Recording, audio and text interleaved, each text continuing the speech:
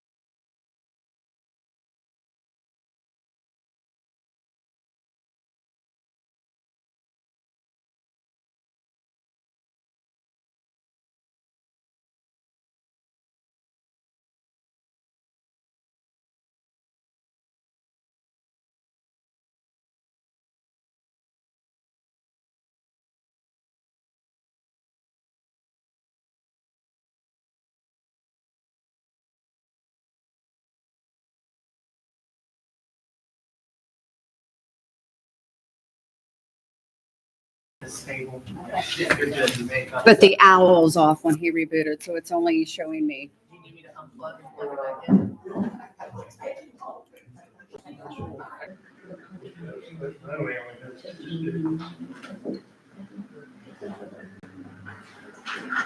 And we are live, Mayor.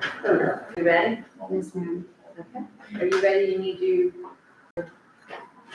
record? You did it. Okay. And here we go. I'm going to call this meeting to order. Thank you everyone for being here. The date is October 9th, 2025. It is approximately 6:05 p.m. We had a little bit of some technical difficulties, so we got started just a tad bit late. Thank you for your patience. With that, I'm going to ask Commissioner Moore, if you would please lead us in that invitation. And please stand if you are able. Bow our heads. Dear Heavenly Father, once again, we want to thank you for your grace and mercy.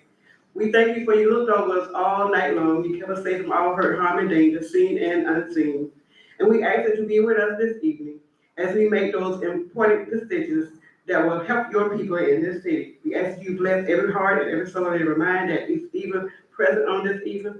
Help us, oh Lord, to be in unity so that we might be able to get things accomplished.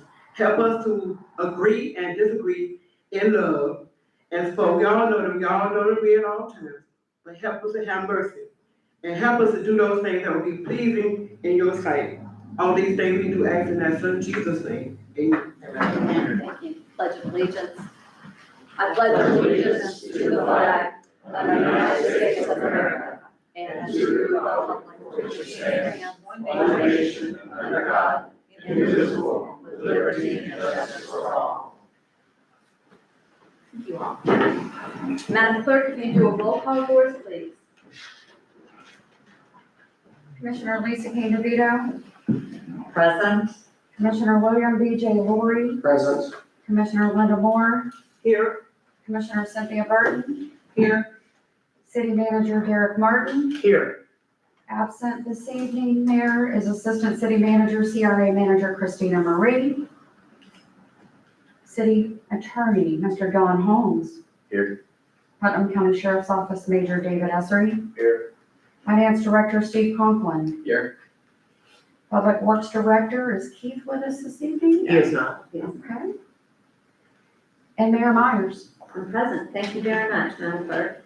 And for a $5 donation, we can get everyone a little zip drive with Commissioner Moore's prayer to put on their alarm clock, because I just said every day to start that off. I would love to hear that. Thank you, Commissioner Moore, for doing that every meeting, and it's just, it just lifts our spirit. So thank you for doing that. I'm going to go ahead and we're going to start off with our announcements as we always do. We've got a lot going on. I'll start off, in case you haven't seen it, but the Methodist Church, they've been working hard on this. They're having a big garage sale from 8 to 2 starting tomorrow, and it will also be on Saturday. So please make sure you stop by. He's got quite a few vendors down there. They've been working hard with that. The Women's Club has got, of course, they've got their bunko that they continue. It's October 15th. From 1 to 3, the cost is $6. Snacks and drinks will be available for a minimal charge. I've heard that is a lot of fun if you're available on Wednesdays on October 15th. They've also got their bingo, and this time it's on October 17th. It's $20 for dinner and bingo. Doors open at 5 p.m. Bingo starts at 5:45. Do not be late. You want to have your cards and your little stampers in place. Jackpot payout is $50. You must be 18 years old to participate, and all winners will be paid with a local gift certificate. And then the women's, our women's club is having their holiday bazaar. That's Friday, November 7th, and Saturday, November 8th, from 8 to 4 o'clock. They'll have Saturday special children's activities, rock painting, and more. There'll be food and drink for purchase, and that's always also a good time. They're also celebrating October 10th, which is tomorrow, Hispanic Heritage Month. Come celebrate culture, community, and fun with us. This is at 12 North Summit at Cricket Wireless, right across the street. You can't miss the color of the building. Free food for the first 40 guests, live music to keep the energy high, raffles and prizes you do not want to miss. And it looks like that it's being sponsored by Cricket Elite, Baja Taco, and Salon Crescent City. And then we're going to get into, we have got Yappy Hour. So Yappy Hour, I don't know if you've done Yappy Hour, but Yappy Hour is one of our downtown partnership. It's an event that we've had. This is going to be our third year. It is Thursday, October 30th. The parade starts at 5 o'clock. Please be early so that you can register your dog. We ask that no cats, unfortunately, because as we all know, dogs and cats sometimes just don't like to socialize together. It's just that the cats who win. That's maybe, that's true. Dress your favorite dog up and bring them out and let them prance down Central Avenue. It's a lot of fun. There is prizes and there's food, and we end at 3 Bananas. And so 3 Bananas is very involved with this, with the food. Yes, ma'am. There's $7 Halloween costumes for dogs at Arch. Yes, that's true. The Crescent City Kennel, they are right now selling dog costumes if you don't have a dog costume yet. And some dogs don't even need a costume. Some dogs are just, just have their costume year round. But anyway, for $7. So please, this is a lot of fun. It's, please make sure that you're there. And then we've got, this is the first annual Crescent City Bike Fest. And that's going to be October 25th. It will be from 9 a.m. to 5 p.m. and it will be up and down Central Avenue. For all of you, Central Avenue will be closed to automobiles. It will be motorcycles only. I believe we have about 100 vintage bikes that will be parked over here on the market. We've got food, our Crescent City High School Sports, the Boosters. They are cooking hamburgers and hot dogs. We've got a lot of food trucks that are coming as well. We've got barbecue. I believe we have some Mexican food, I think. And what else do we have? We've got, I think we have a donut person. Yes, and we've got live music. So we're real excited about the music. Flaming the Red will be there performing at 1 o'clock. Then we also have our Thriller. They're going to be performing also. So that they'll be on stage probably about 1:40, I think, about 1:40. So come out, it's gonna be a lot of fun. There's gonna be vendors. The Downtown Partnership has merged the Fall Festival with this festival. So we'll have a lot of our usual vendors and a lot of new vendors. They're gonna have a swap meet as well. So it'll be a lot of fun. And they put a lot of work into this. Then, of course, we've got our trunk and treat, and this is with the, a trunk or treat, this is with the Sheriff's Office. They've done this every year. This is going into our fourth year, and it's going to be Friday, October 31st. Tonight we'll decide, but right now it's being proposed that trick-or-treating in Crescent City will probably be about from 6 to 8.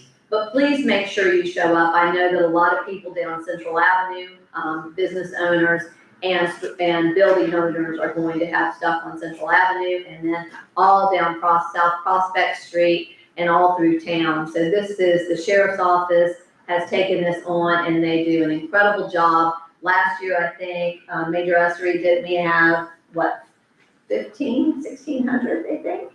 Don't quote me, I can't remember. Okay, anyway, a lot. We had a lot of children down Prospect Street. So it's really neat to see them. And then we've also got at the Crescent City Fish Camp. And I don't know if you visited the Crescent City Fish Camp lately, but please do. They're doing a lot down there, but they're having a trunk or treat on the Friday, October 24th, which is the Friday before the Bike Fest. And that's gonna be from 5 to 7, prizes for best trunk decoration and best campsite decoration. Costume contest is at 6 p.m. That's for adult and children, is that correct? I think we're gonna limit it to kids. You're gonna limit, oh, okay, limit it to kids. So anyway, we have, yes, Commissioner DeVita? I do have one announcement. Uh-huh. Remember? Sure, go ahead. Okay, so, my announcement is, this is not, a big festival, this is just a small event, but it is this Saturday at 10 a.m. at the Crescent City Library. The, St. John's Regional Chapter of the Audubon Society that includes South Putnam and Crescent City. Their educator, Kate Teeford, will be at the Crescent City Library. She will be talking about the birds in our area and explaining to people if they're at all interested, how you might get started enjoying bird watching. And she's going to talk about what the Audubon chapter does. Okay. And also, I believe they're going to be donating some bird watching equipment, including a pair of binoculars that can be checked out, to Crescent City Library. They do that in different libraries, so it's 10 a.m. Crescent City Library this Saturday, and of course, children who are old enough to be interested are more than welcome. And I don't know, thank you, Commissioner DeVita. I don't know if you're aware, but we have, okay, I'll get it off. I don't know if you're aware, but we have a bird watching brochure that Commissioner Burton and several others put together. And a matter of fact, I was handing it out today. People don't realize the birds that we have in our community, and it's really neat to look through that brochure, which was very well done. And so please, if you want one, we have them here in the office.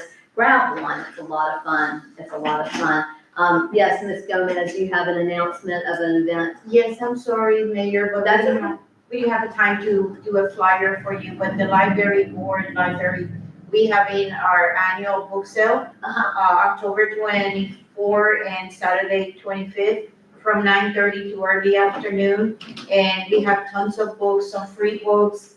My ex-president is telling me free books. But yes, thank you. And we appreciate, because we have so many donations, that this will be our first year to have 2 book sales. Oh, wow, that's awesome. That's And awesome. we use that money to help the library. Did you say it's this Saturday or what Saturday? No, it's October the Holiday is on. 24th Friday and October 25th Saturday. Okay, so About October 9:30 24th for and the 25th, okay. Thank you. That's November 7th and 8th. I already announced that one. I already got that one. Thank you. Thank you. Ms. Cherie drops those off in my mailbox, so. So anyway, so I think that's all the announcements. Does anybody else have any other announcements? We do have the Fruitland Peninsula Historical Society. We'll be meeting next Thursday at 4 at the Women's Club. And the program is on Sir Francis Drake and his sacking of St. Augustine. And Misha Johns is presenting, so it should be really interesting. Okay. It's actually about pirates, Right, when he's trying to choose. About pirates. Come on now. That's awesome. Thank you. Thank you all very much. And with that, at this time, I'm going to go ahead, if I can, I'm going to open up for public comment. Public comment is for topics that are not already on the agenda. They will be heard at this time. We ask you to come forward. Please state your name, your address, if you will.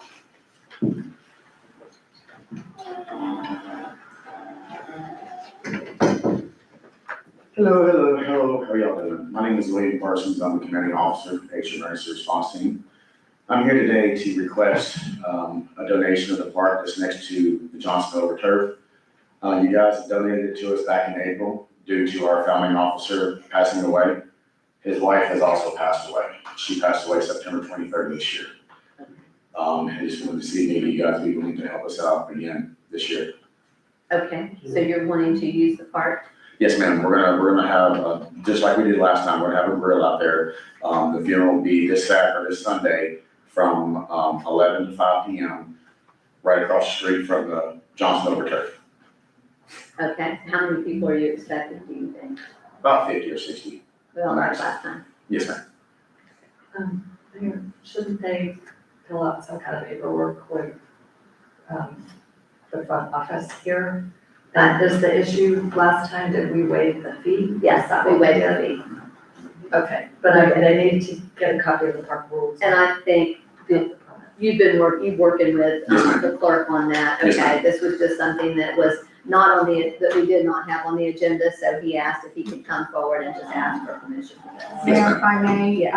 he had, approached me at special meeting Okay. and asked me if he could speak tonight. I needed it, it was urgent. I get that. I understand. These things happen. These things happen. So, yes, please, I'll entertain a Unfortunately, motion. cancer, she died from cancer, double hit lymphoma. She's been battling on and off for several years, and she went into remission, and then things were going good, and then all of a sudden, it all started going downhill drastically very quickly. Thank you for honoring the family. Yes, ma'am. I'll entertain a motion. I do not know the name of your group, I'm sorry. Patriot Emergency Response Team. Okay, I read it off your fans. I move that we allow the Patriot Emergency Response Team, to use Eva Line Park on Sunday from 11 to 5. 11 to 5, for no charge. I'll second. We have a proper motion and a second. Do we have any other discussion, commissioners? No, just that hopefully they will Yeah, fill out the they'll- paperwork for this. Just get with Melanie, please, if you love the clerk and make Yes, sure. ma'am. With that, I'm just gonna go ahead and we'll do, all in favor, please say aye. Aye. I, Opposed, nay. Okay, so moved. Thank you. Thank you Thank you, very Mayor. much for honoring the family. Mr. Bonaparte, he's responsible for the Veterans Memorial in the front. He just turned 99 years old.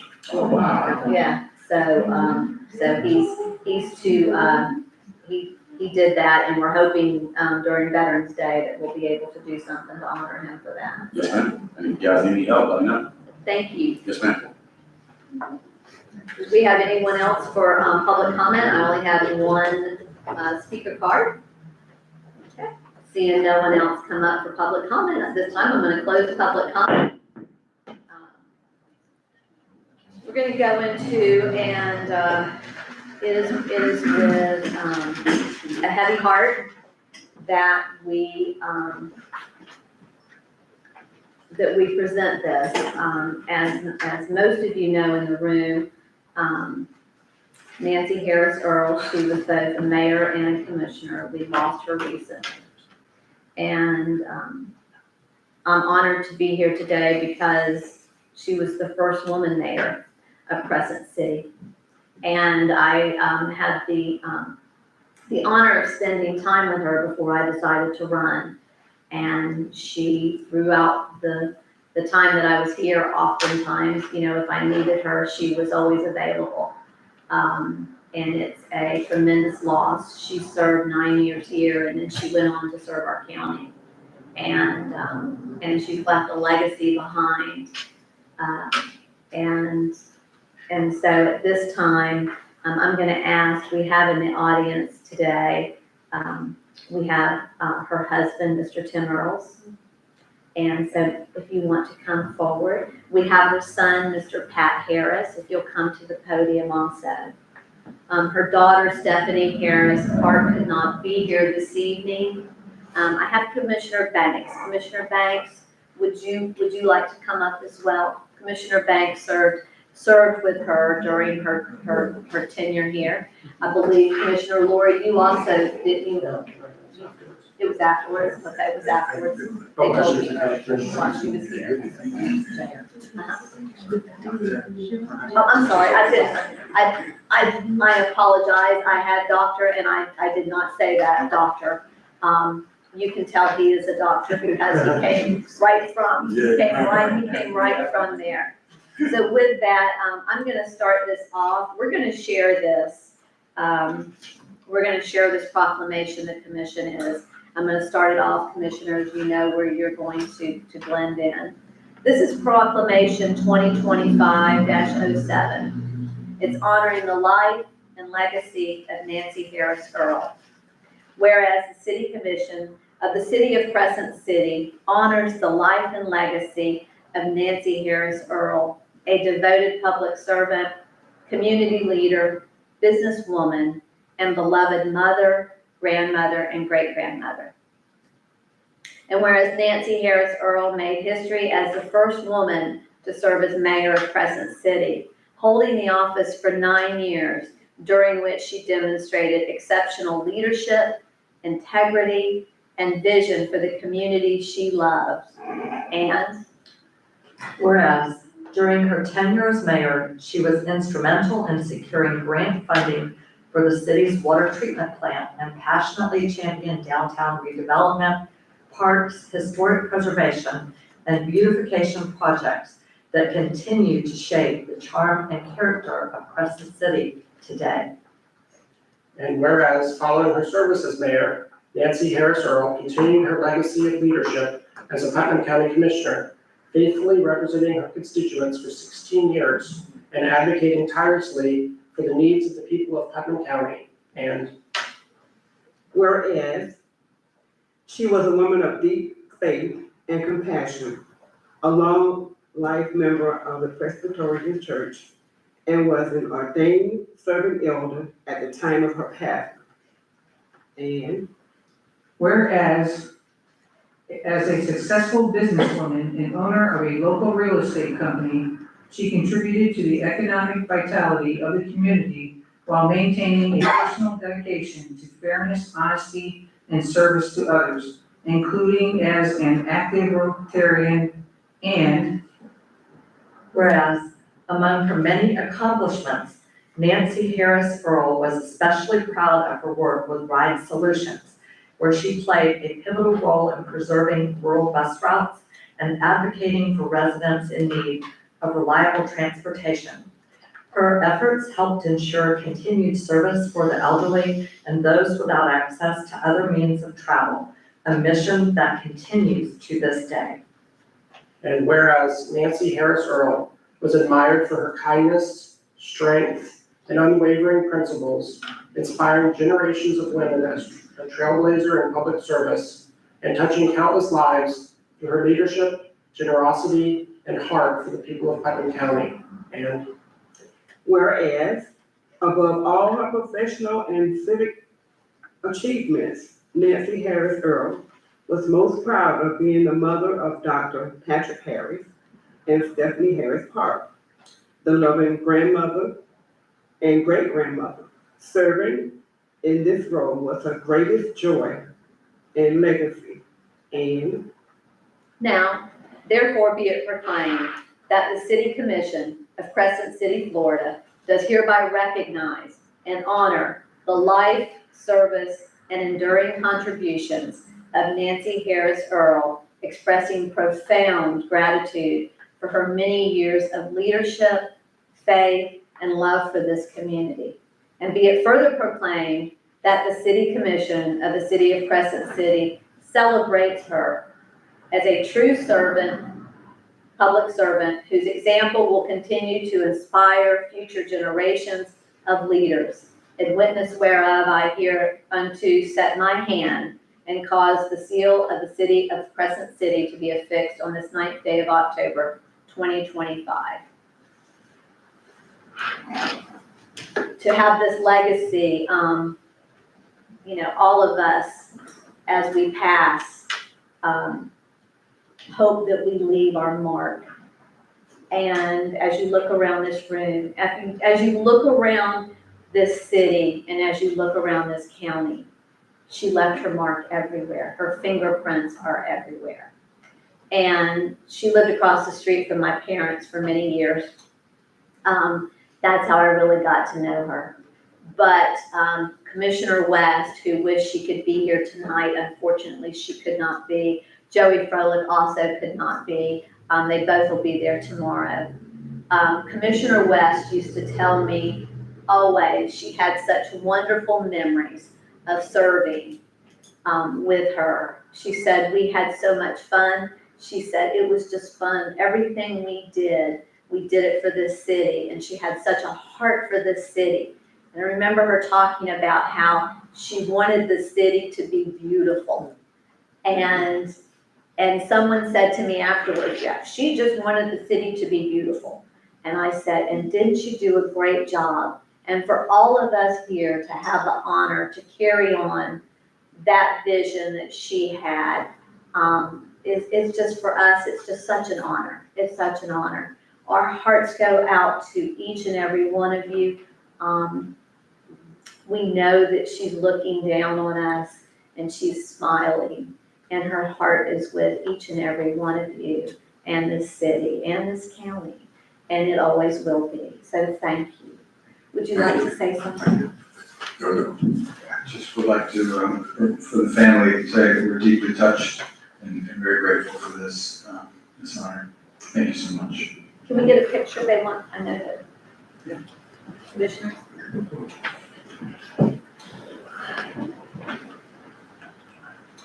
Where do you want us to stand? Because we don't want to, we need to come over this way, but just don't want to. I'm going to present this to each one of you.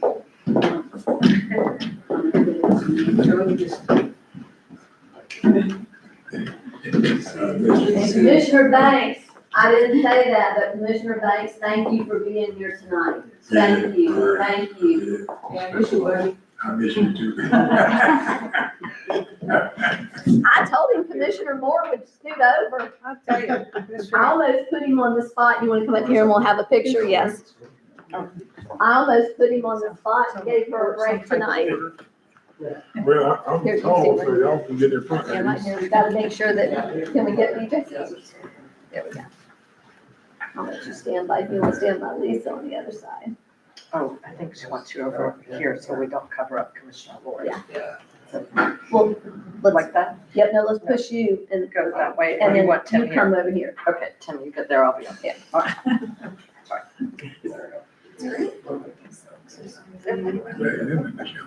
I am always. Hold on momentarily.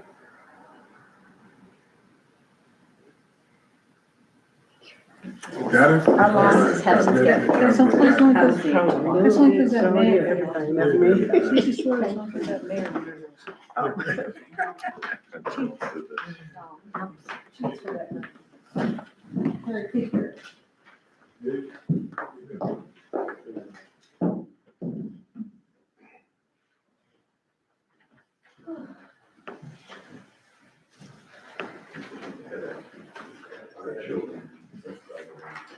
I said, our loss is, like I told him, is Heaven's Gate. With that, before we get into this, I just want to take a moment, if it's okay.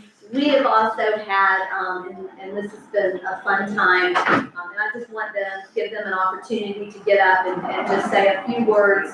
We had exchange students. I don't know how many of you realize this, but we have,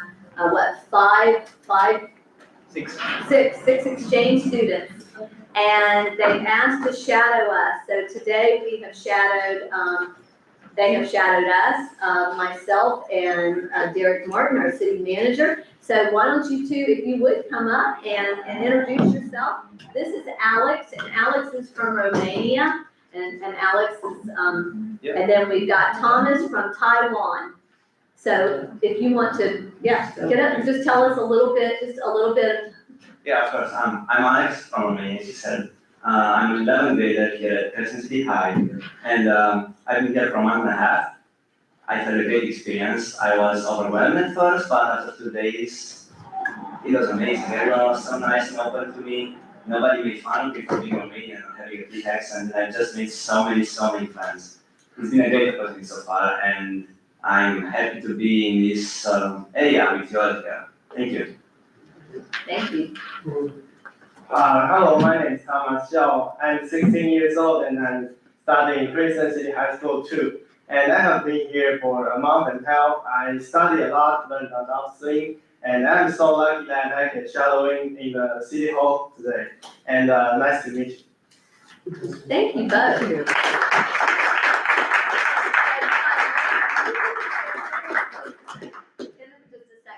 So what I learned is, of course, Alex is 17 and Thomas is 16. Neither one of them in their country, they cannot drive till they're 18.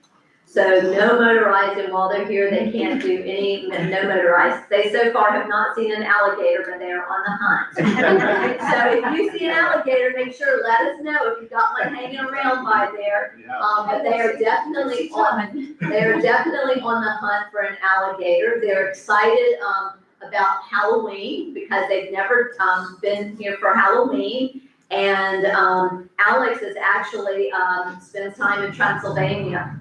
Yes, well, vampires are. Yeah, the vampires are. And Thomas was telling us that when he first got here in the summer, he was actually chilly because where he's from in Taiwan, it's extremely warm. Yeah, the average is 90 degrees there. Yes, yes. Average all year? Year. Some. Yeah, for the summer. So, they both are studying, and this weekend they are going to Lyman Dam. Yes. They're gonna go camping for the very first time. They've never camped. You'll see an alligator there. That's what I said. They should see an alligator. They want to. They're excited about it. They're looking forward to Disney. Yes.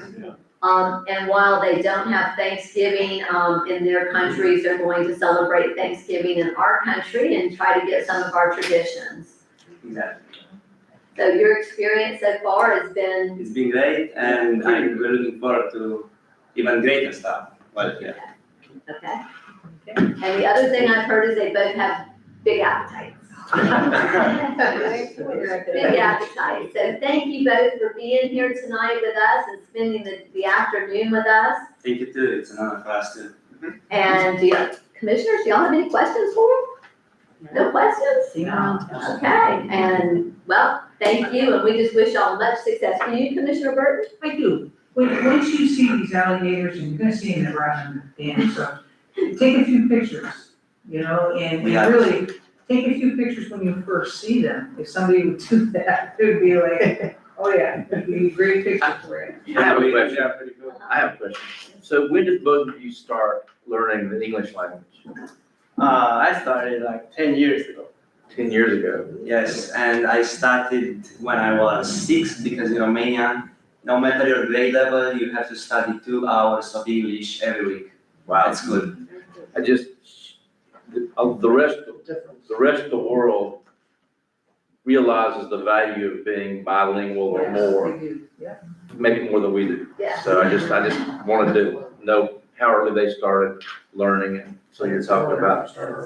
I was very impressed, we didn't know really what to expect and if we were gonna have to, I didn't know. Because I only do English, Well, trust me, they do a whole lot better here than I would there. Exactly, and we told them that make sure you learn as much as you can because as you get a little older, it's harder to pick up on languages, so anyway, Well, welcome guys, enjoy. yeah, Thank you very much. thank y'all for being here.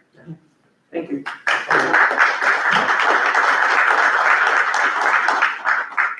Okay, with that, Major Usry.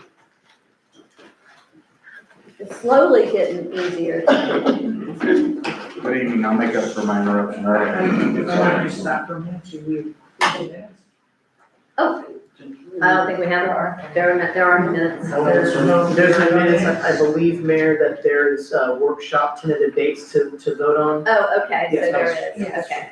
I apologize, but that means when you don't wear glasses. So are you telling me to send that down? Yes, sir. Okay, so Okay. Approval of the minutes, so we're gonna do a workshop, you've got October 23rd and October 29th. You're not here? No. Okay, for either one? But I sent a note to that effect to the city manager today. No, I'm not here. Well, we'd have to probably, if we're gonna approve them anyway, we probably wanna do, a special meeting, or we'll just have them on the November agenda, if that's easiest. It's fine. If that's easiest. Is that okay? We'll just put them on the note. Is everyone in agreement with that?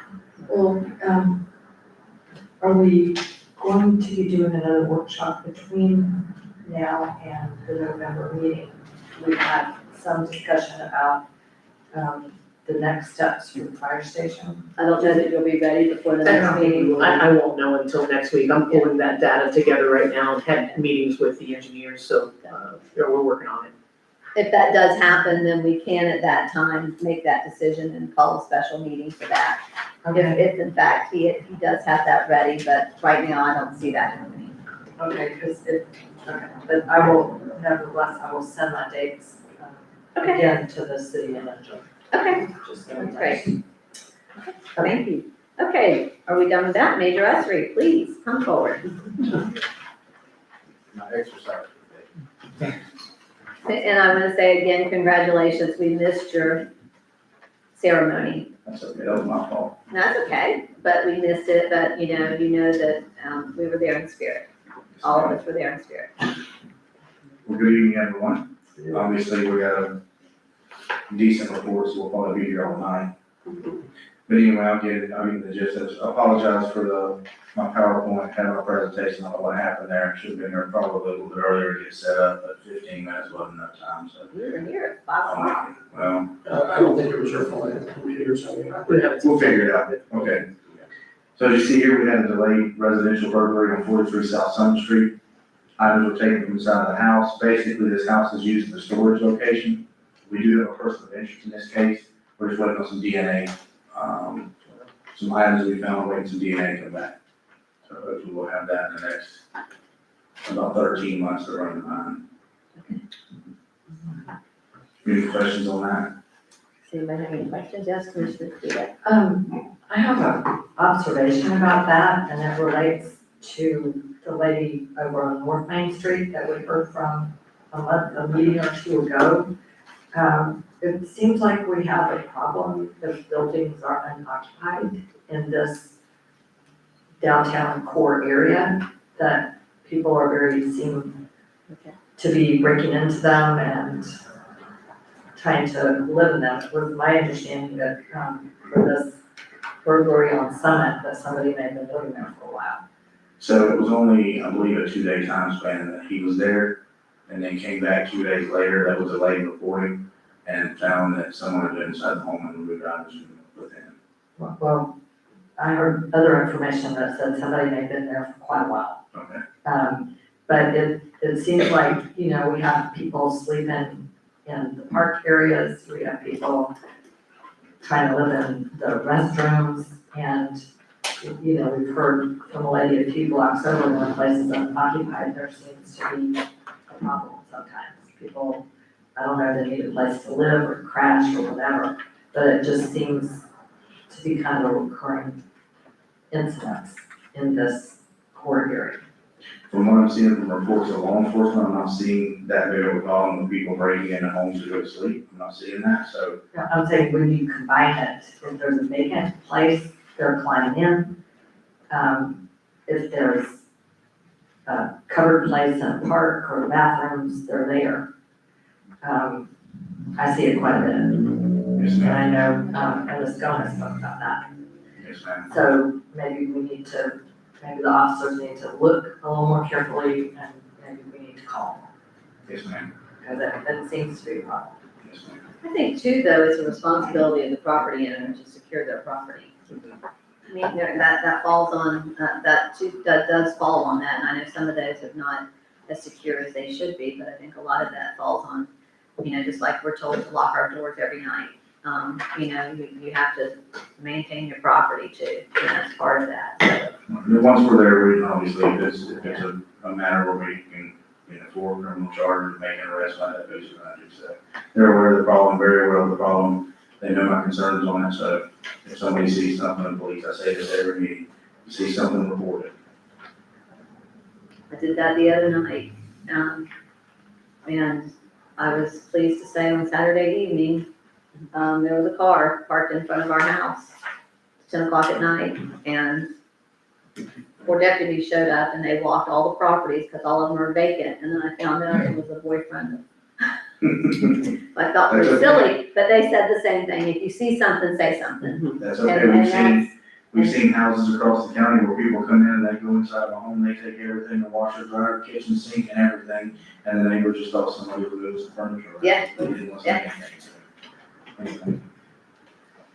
So next is gonna be our traffic crash data. We had 2 traffic crashes. The first was at Grove and Bay. Our deputies tried to conduct a traffic stop on a Latrell Arnett Griffin, 34, of Crescent City. He tried to flee, lost control of his vehicle, and collided on a fence at Bay Street. We took him into custody. He was arrested there. The second traffic crash was, I don't know how this happened, but a car was backing down Central Avenue in the west lane of travel for some reason, trying to get back to the intersection so they could go down Main Street. And a car turns off of Main Street, going east onto Central, and that car backed in the front of said vehicle. Who's at So fault? you had a rear end collision. Who's gonna call? Yeah, that was an easy one. Yeah, who's at fault there? Yeah. Next, we'll go into general activities. That was only 2 traffic crashes you had before addresses. There was some minor ones in parking lots, but I really don't, unless there's an actual report pulled, I'll usually address those. General activities, 198 total calls for service in the city, 70 of those being traffic stops, 2 traffic accidents, 13 total reports, 7 arrests, and one charging affidavit was forwarded to the state attorney's office in 1 case. Next page, oh, I'm sorry, any questions on the calls for service or? Okay. Next is your 6-month crime comparison. As you can see, we had 1 burglary and a total of one crime, 1 additional crime. I've got that wrong now, so I'm showing you no, I'm looking at it wrong. Yes, just one burglary is what you had in Crescent City. And again, the crimes that I was put on are the crimes that will get reported to FDLE to show how many crimes were committed in your city. So you had 1 for the month of September. Thank you. You covered everything else. The only other thing I had was all the events. Holly's on top of all that stuff, so she's been coordinating with all the vendors and everyone else whoever's heading those up, and she's got a plan. So everything, nothing's changed from last year as far as the trunk or treat, the bike fest. I'm looking forward to it. We did get all the officers and everything solidified with that, so everything should go well. Do you have any questions of the major? Trouble tree will be just down South Prospect, like last year, or the same one? Yeah. All the way down. Just like they have right there in front I of think the some people set up on Central that too. middle school. They did, and they're gonna have people probably on Central again. You'll probably have people on Central again. And then their individual houses too. That's the other thing. Okay, is there no other questions of the major? The only other thing, I actually spoke to the city manager about it. Just outside of Crescent City, we had a couple crimes, and we encompassed the burglary that happened here just because they were so close. We had a theft at the school of some power tools, and then down the road, we had a vehicle that was stolen that was recovered in Citrus County, and the trailer was taken from there. So somebody probably seen crime of opportunity. I don't know if any of these are connected. I don't think they are. I think they're isolated incidents. But what it does is it strikes a pattern. So our crime suppression teams and our officers are required to do certain things. So if you see a lot more presence of officers in Crescent City, that's why they're here. Okay. The tools were taken from the new, Excuse me? the construction side of the new school. Yes. I So that have, is in the city limits. yeah. Well, there's a lot of people, let's be honest, there's a lot of people. We drove by there. There's so many people working there. It could have been anybody. 150 people there. So they didn't have video surveillance. They don't. Surprising. Okay. They were really nice. I did have a resident call me here at the office the other day, and she, I guess, deputies were there, but she looks out for a house, I think it's over on Citron, and they've had some issues over there, I'm sure you're aware of that one too. And so, I told her I would mention it tonight, just to make sure that she said she had some concerns that continues to happen, again, it's a vacant house. Right. So, and she's walking into it, and I warned her to be very cautious, if she thinks somebody's in the house. So. Anyway, I'm sure you know which one that is. With that, do we have anything else? Okay, thank you. Thank you. Thank you very much. Yes, go ahead. You're- CRA? Yes. Okay. I need to go ahead and close and put this recess, this commission meeting, and we're gonna open up our CRA meeting. All right, well, for the CRA in the central, we have a project that we need approval on. It's gonna be for the Crescent City Stop and Wash at 427 North Summit Street. This is for painting the entire exterior. We have a quote for $8,800, LB Works LLC, dated on 9/11/2025 for the amount of $8,600. Estimated length of project is 7 days. Okay, you have two bids, and you have two bids. So we have two bids, so Two bids. you're going with the one for the 8,600. Correct. Commissioners? That's LB Works. Yes, they're the ones that actually did the work here on City Hall. All right, just say public. Yeah, they're out of DeBerry. Correct. So Mayor, I have a couple of questions about that. Okay. So this says, it says at the top of the application that it's central CRA. And we went through several different scenarios, several different iterations of budget this year. The one I can find to look at today said that there's somewhere between $36,000 and $40,000 in the central CRA budget. Is that about right? I would have to go and pull that up, ma'am. I'm sorry, I don't have that in front of me at this time.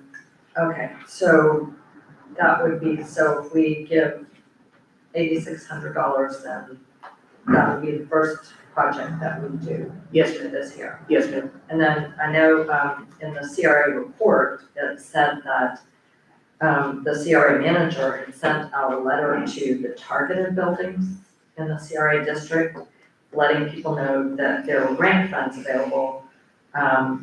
Do we have any idea if anyone has responded? At this time, I do not know, but it is on our internal agenda to get together and go over those items specifically for the CRA. And Yeah. also, there was, I think the CRA manager mentioned at one time that if you're, is there supposed to be an owner match on this? I believe so, yes, ma'am, and I believe the match is a 50% match, but I will have to get back with you on that, and I can email you. Right, I thought it was, so in other words, Unless it's a targeted, unless Unless it's targeted, Right. then it's and I don't think this is a targeted No, it structure, because it's not in the, correct. It is Central Avenue It is district. not. So in other words, for this project, if the total cost is $8,600, so the, business owner would be paying half of that? Yes, ma'am. Okay, so I just want to be clear on how much we are expending from the grant funds at this point. Yes, ma'am. Okay, thank you. And Madam Chair. it's a great business, the car wash, It's the car wash laundromat. my neighbor, right by there. Is it going to be painted the same colors? Or is it? I can send you all an email when I find out more detail on it. I'm not sure exactly on the color. You all were provided the description of the quote, and I don't believe that they provided an actual color on it. So, well, actually, it does say on the laundromat, we paint white. Every paint, blue strip around the car. There you wash. go. So that, And they're then matching. the only reason I bring it up is that, in that survey update that we just had completed, Yes. there was pictures of this building, and it used to be a golf, gas station, Gas or station, filling station. Or Phillips 66, I'm sorry. And, it was, it'd be kind of neat if we could get something that looked a little more like what it historically looked like. But I don't know how possible that is, I don't know what those colors are, but it would be nice to maybe enter into a discussion with the owner about that. Sure. Because, right now, the white and the light blue is it looks faded. I don't know if painting it the same colors would look any better. I mean, we're all about, doing away with light. So we want it to look as good as possible. But Mayor, if I could Yes. follow up on Commissioner Roy's comment, yes, in the historic survey, which encompasses anything that's older than 50 years old, they identified mid-century modern structures around town, and that was one of them. And I think we don't have designated historic mid-century modern buildings yet, because we haven't gotten that far, but it is one that could be designated. And as Commissioner Roy mentioned, that I think, you don't necessarily paint them to look like what they originally were, but you try to paint them something that complements the mid-century modern, architecture. That would be helpful. And I know, retired architect Michael Frank had some recommendations for another mid-century modern building in this area, and he usually is happy, to give his advice. So I just wanted to share that. Thank you. You also need to please make sure that that is not in fact one of the targeted buildings, because I believe, our CRA manager, she reached out to them as one of the people that she had, It's been ongoing, and I will get with her to find out and get an answer and to to make you all. sure that the owner understands that if it's not a targeted building, Correct. there's a 50% match. Yes, ma'am. Yeah, they might not realize that, but I'm excited that they're open to this. It'll make it look good. It will. I will entertain a motion, please.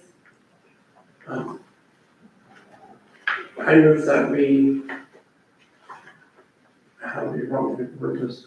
The central, the grant from the central Yeah. CRA. Central CRA. But is it, we don't know if it's a match or not, do you want me to just cover both eventualities? Okay, so I move that That it follows the proper guidelines. we issue a, grant from the central CRA, to, is it J Pets for the Crescent City Stop and Wash at 427, North Summit Street. According to our grant guidelines for either a 50% match or not, if it's a targeted building. And for LV Works LLC to paint the building for a total of $8,600. Does that cover it? I'll second that. We have a proper motion and a second. Commissioners, do you have any discussion on this? Any comments? Seeing none, I'll open it up for, do we have any public comment on this? Okay. Seeing no one come forward with public comment, Madam Clerk, if you do a roll call for us, please. Commissioner Burton, Aye. Commissioner Moore, Aye. Commissioner Lori, Aye. Commissioner DeVito, Aye. Mayor Myers. Aye. Okay, so approved, thank you. Okay, yes, One other thing I would mention is their sign is hand painted. I know. And I checked in our LDCs, I don't think there's anything, I swore there was something about hand painted signs. I couldn't find anything, but I just didn't know if we could maybe repaint the sign for them as part of this. If it was something that, it would just make it look a little more professional, in my opinion, I don't know. Just a, So as part an of this, observation. as we improve that to improve, see how we can help with the sign, if that's a second, that would be a second one, as part of this, so. I agree with you, on that one. So, you'll make note of that, please. It's noted. Okay, anything else with CRA before I close out CRA? Yes, Yes, I just wanted to mention, something that might be helpful to the commission to have. You know, it's over time, I think we're seeing some businesses leave in the CRA, and a few have been newly established. It would be helpful to me to have a periodic status report of what businesses are leaving, what are coming in, any factors that influence that, and also, I have suggested in the past that it would be helpful for the commission to know whether the city through the CRA is getting an inquiries of businesses who are interested in coming, and if they do or don't, do they say why? So just it might be helpful because we're the ones who have to give out grants and make the budget. And I think a lot of times members of the public ask, you know, what's going on? So if we had a periodic report, that would would help us, and it would answer questions. Like, for example, TD Bank, I saw on social media today, somebody said what's going on there. And I don't know whether a business has come in or whether the people who own it are just cleaning it up, which is a good thing. But those kind of questions, and that would be very informative for us in future. We contacted TD Bank and got hold of the owner, and they are cleaning it up, and they've been actively on the market to try to sell the building. Got it. So. But also keep in mind, and you've asked for this several times, and I think that this response has been given, is that when they're making inquiries. Right. It's, not really necessarily that they want that information to be shared. Right, but what I always say is, it's not that we necessarily need to know exactly who, but to have a general report that says, we got X amount of inquiries from a business in this category, you know, A tally. right, was it a restaurant, was it a car wash, just a general We just category. have to be very careful that when they do contact us, that we don't divulge any information, because a lot of that's proprietary And that's and strategic it's part of planning their for them. strategic planning. So we just have to be very cautious with that. Right, but on the other hand, I think we need to be a little more informed than we are, and of course, then businesses, you know, come and they go, so it would be nice to have a little informational report. Do you want to give us an update on, I know we still have an outstanding grant waiting for Lockside. Do you want to give us an update on Lockside? I know we've talked about it several times, I I can think give we an just update. had one in the Yes. last month, but Yes. it's real fast. So Lockside, worked with Mark Corrett, of course, and engineers. They had issues with their site, where the state, St. Johnsburg Water Management did not want to access, or allow them to access a permit and approve a permit based on their stormwater master or their stormwater plan, or lack thereof. Their stance was that this was all existing and they did not need that, but it was the way that they submitted their plan originally that wasn't really correct, that kind of opened that door. They've since gathered their data, got the information together, and have resubmitted it and are waiting right now for that approval or otherwise the access to their permit so they can move forward. They feel that they're in good standing from their conversations that they had. Mark Corrett as well feels that way, and they're just waiting on an answer right now. Should have an answer within 30 days, and that was an email a little bit ago, so I'm thinking, of course, probably around 20 days now, and we'll get an answer, but they're really excited to get here and be here. They're still excited to open up, and so they're working towards that. Are you referencing the grant from the parking lot? Yes. Because they haven't spent it yet, right? No, and they have not. They have not, Yeah. they have not.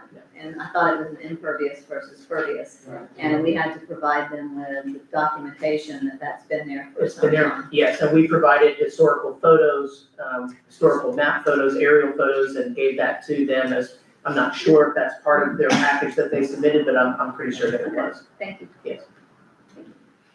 Okay, with that, I'm gonna go ahead and at this time, I'm gonna close out our CRA. Anything else, y'all, anything else? I'm gonna close out our CRA, and I'm gonna open up our regularly scheduled commission meeting, and we're gonna move on to our business items. Thank you.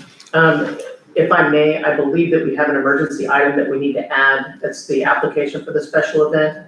Correct me if I'm wrong, but it's for the Yappy Hour. Okay, do you wanna do it at the beginning? Can we do that at the beginning? Sure. Yes, ma'am. Okay, commissioners, we all accept this additional item. So you need, someone would need to make a motion to add that as an emergency item, state the basis of the emergency. If you have a second, then you approve that, and then you discuss the merits of the item. So, commissioners, So, would somebody accept this, please? sure, Mayor, I move that we accept, a revision to the, business items on the agenda, on an emergency basis, the application for, a planned special event from the downtown partnership for Yappy Hour, and it is in the nature of emergency because it is supposed to take place before our next scheduled meeting, and it's now an annual event. Okay, No, second out. so we have a proper motion and a second. Do we have, any other discussion? No other discussion? Madam Clerk, do roll call. Commissioner DeVito, Aye. Commissioner Lori, Aye. Commissioner Moore, Aye. Commissioner Burton, Aye. Mayor Myers. Aye. Okay, so approved. So let's talk about Yappy Hour. All right, I have Mr. Tim Jefferson from the Downtown Partnership here to speak about the happy hour. Very eager to do so, I might add. Yeah. Good evening. Good evening. Welcome. You kind of explained it in your announcements. Do you have any specific questions I can help you with? I have not seen it, of course, but some of you have seen the parade and the whole event So the before. parade goes from, so what you're doing is you're closing down from Park Avenue to Lake. Lake, from approximately 4 o'clock in the afternoon until we get done with that. It's usually done by about 5:30, 6 o'clock. Right. The actual event goes on until 7 o'clock, but it's a short period of time it's closed. Okay, and what, so this is, That's a- Thursday evening? Thursday the 30th, Thursday the 30th. 5 o'clock registration, 5:30 is the parade. Okay, so how does this affect the residents or the businesses? Because Nature Symphony is open now. And we'll make sure that, like we always do, to work with them. Bells will know, Yes. and Nature Symphony Yes. Right, and is it- Jeff. In the past, when the bistro, not Bell's Bistro, but Mystic Bistro was open, they actually hosted, they had drinks out on the patio so they could all watch the dogs parade by. So we'll make sure that Bell's Bistro is made aware, and of course, All right. Ms. Tillman and Zinnia. So we just have to make sure. But like I said, really, it's a very fast event, requires, not, everybody starts at Park Avenue and they march down to Lake Street to Three Bananas, and that's where we do the prizes, right there at Three Bananas. They usually have a drink, a special drink that evening. They have, appetizers Bites. outside, and they have vendors, for pet products. So, and oftentimes the sheriff's office, I don't know right now, if Holly is, we've got to work with Holly, but they've had, last time they had, a demonstration. It was a great demonstration. Everyone loves when our sheriff's, dogs come out. And they've been out there every year, actually. And the first year was great. Yeah. Because we get- Some of them were out of commission last year, so we only had one, and he did a fabulous job. So do we need a motion? And he's in costume, he's in his costume, not in the emergency. That was the emergency Yeah. motion. Okay. So now I need a motion to approve Yappy Hour and the closure of Central Avenue from Park to Lake. I move that we approve the special application for the special event application for Yappy Hour and approve the closure of Central Avenue from Lake to Park Street for, on October 30th, Thursday, October 30th for the Yappy Hour parade. Okay, do I have a second? I'll second that. Okay, I have a proper motion and a second. Commissioners, do we have any discussion? I just want to know, will all dogs be well behaved? Well, so far, they always have been well behaved, yes. They will be. They have, and the owners have been as well. And so they usually. And they will not fritter away And their some privacy. of them, and last year we had, owners that dressed up along with their dogs, and it's just a lot of fun, gives everybody a chance to come out. And so far, everybody has been very polite and mingled, well. And so that's been the biggest concern, and we haven't had a problem, so. Okay, if we have no further discussion, do we have any public comment on this? Hey, okay. Madam Clerk, can you do a roll call for us, please? Commissioner DeVito, Aye. Commissioner Lori, Aye. Commissioner Moore, Aye. Commissioner Burton, Aye. Mayor Myers. Aye. Okay, so approved, thank you. So, Mayor, I have a question. Yes. So there's another, permit in here, but it relates to the holiday, and we have item B, activities, Eagle Lion Park, so I'm assuming that application relates to. I'm assuming, That's already on I'm the not agenda. sure how this, yeah, I'm assuming, but first we're gonna take up our trick or treating in the city of Crescent City. Right, right. So let's do that. we've got to set those hours. Yes. So, So we go to item A, trick or treat. In City of Crescent City, staff suggested held on Friday, October 31st, 6 to 8. We just would like to finalize the date so we can properly advertise to the public. Mayor, may I? Sure. Because I brought this to the city manager's attention. So I move that the city of Crescent City recognize trick or treating in Crescent City to take place on Friday, October 31st, 2025, from 6 to 8 p.m. I'll second that.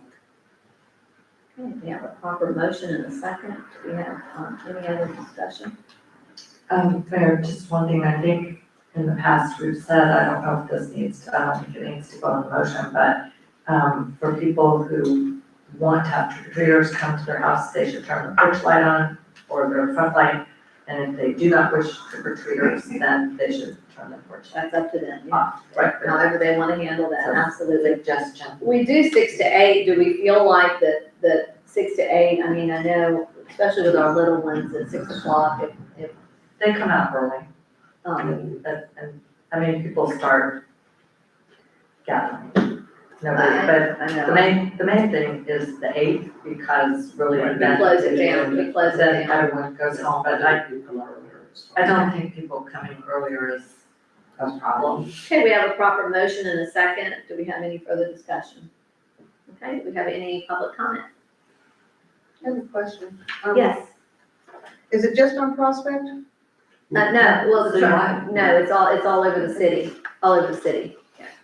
But that's mainly Trunk or where. That's mainly where trunk or treat is on Prospect, South Prospect, in front of the, that just provides that opportunity because of that parking area along, Miller Middle School, the former Miller Middle School, and so that's where they do it, and then of course, but I heard they're over on Lake, they're over on the west side.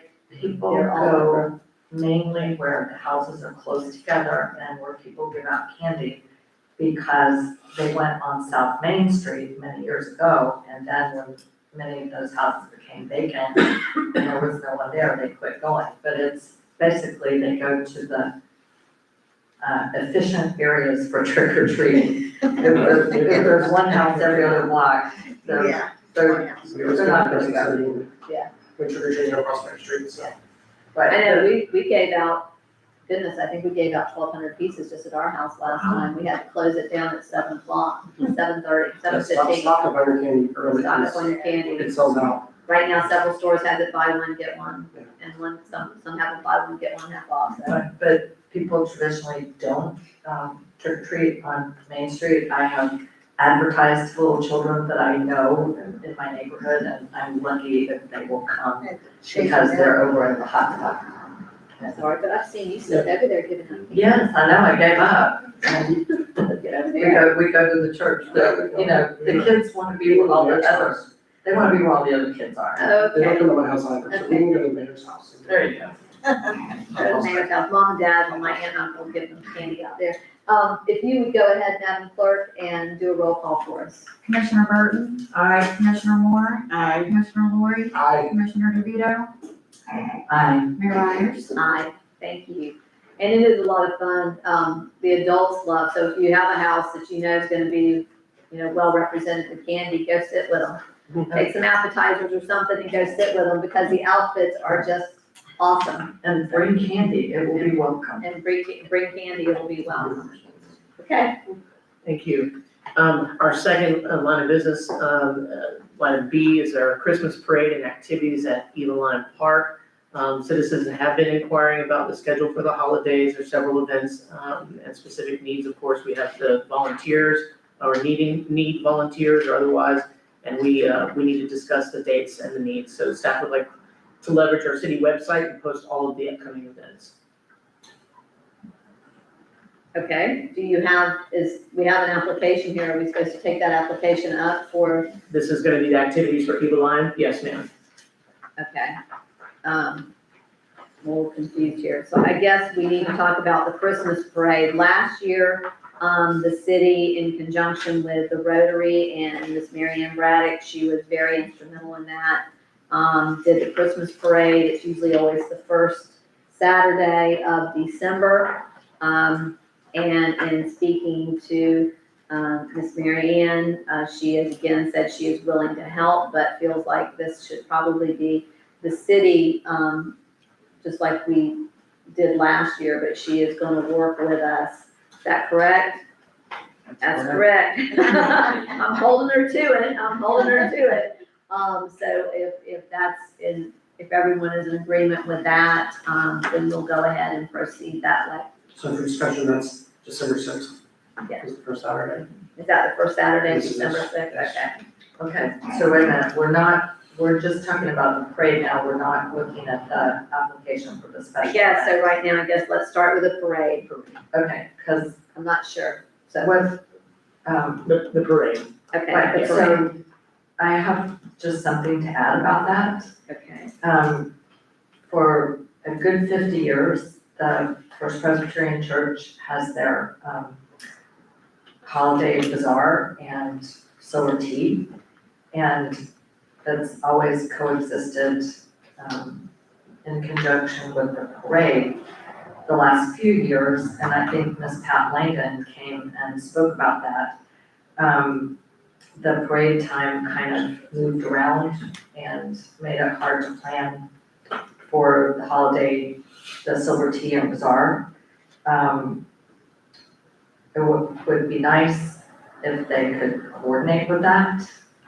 I don't remember What's what. the times, because last year I know we moved it back so that we would allow, so that y'all would have enough time within the morning hours to get as many people in there as you possibly could. There's always gonna be multiple this time of the year. I mean, just look at what we've got going on the 25th. There's always multiple activities. So do you know what your times are? Well, the silver tea and bazaar is usually between either 9 AM and 2 or 9 AM and 3. Last year it was 9 AM and 2. And it's gonna overlap with the downtown market and park, right? Because the downtown, the application, the announcement I saw for the activities in Eagle Lion Park were like from noon on. So, I mean, it would be helpful if the parade was at noon. That would help a lot, because then it would give us the morning. Yeah, that was wrong. Oh, I thought last year, did we move it to noon or 11 last year? I have on all my stuff so far noon. Noon? Okay, I thought we had moved it to noon last year to try to do that and allow you a couple of those. That would be helpful. Yes. Yeah, because then, otherwise, you know, it makes people are bouncing around between one thing and another. This application is really moved on with the holiday market and light up the night. Correct? Yeah. Okay, so we're not talking about parades on this at all? or- Yeah. No, it's on the agenda, is parade, the Christmas parade's on the agenda. I don't know, I'm a little. But does there have to be an application for the parade as well? I mean, we're gonna have to road The closure? city's doing it, the city's doing it. Okay. So we'll work with, Major Usry on that, so no, we don't have to do one for ourselves. We ran into that last year too, that we have to do one for ourselves if we did it, but So we are organizing the parade this year. just like we did last year. Okay, Well, I last just wanted year, to make sure that, you know. It was kind of you. Yeah. you did the parade. Well, Okay. with Mary Ann, Miss Mary Ann, she Well- helped me, and Michael Brillhart helped. Got So the three of us, we got everybody in line, we rerouted them, and now we have a new route that seems to be working very well. And, but no, it was a joint effort, wasn't it? Yes, it was a joint effort. And it was a great parade, I have to say. It was a big parade, everybody was excited, and it was a good way to kick off the day. So thank you, Miss Mary Ann, for that. Do we want to do a motion to set the parade time? Is that what we need? I move that we hold this year's holiday parade or Christmas parade on December 6th at noon, or beginning at noon at South State Bank. And then going to Eagle Lion Park. You second I that? second. Okay, we have a proper motion and a second. Do we have any further discussion on the parade? Okay, do we have any public comment? Just that we're cleared with South State for formation Are we? Okay, thank you for, see, thank you. She's already ahead of us. Already ahead of us, thank you. Okay, we have no comments. Madam Clerk, if you would please do a roll Commissioner call. DeVito, Aye. Commissioner Lori, Aye. Commissioner Moore, Aye.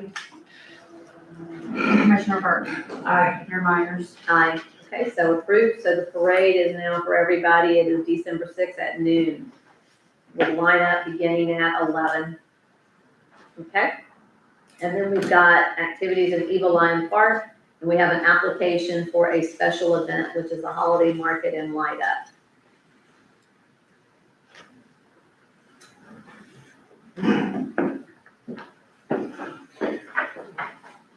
After the parade, there'll be vendors in the Eva Lion Park with all kinds of holiday objects.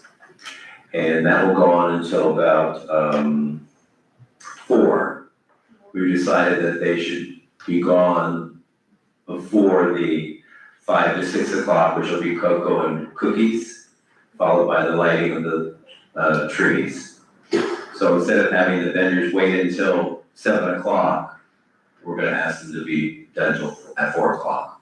So when all the people come out, I mean, would it not benefit the vendors? If when everybody comes out for the lighting, the vendors don't want to be there? We were discussing that, and they didn't want it to be disruptive to the crowd that was coming for the lighting.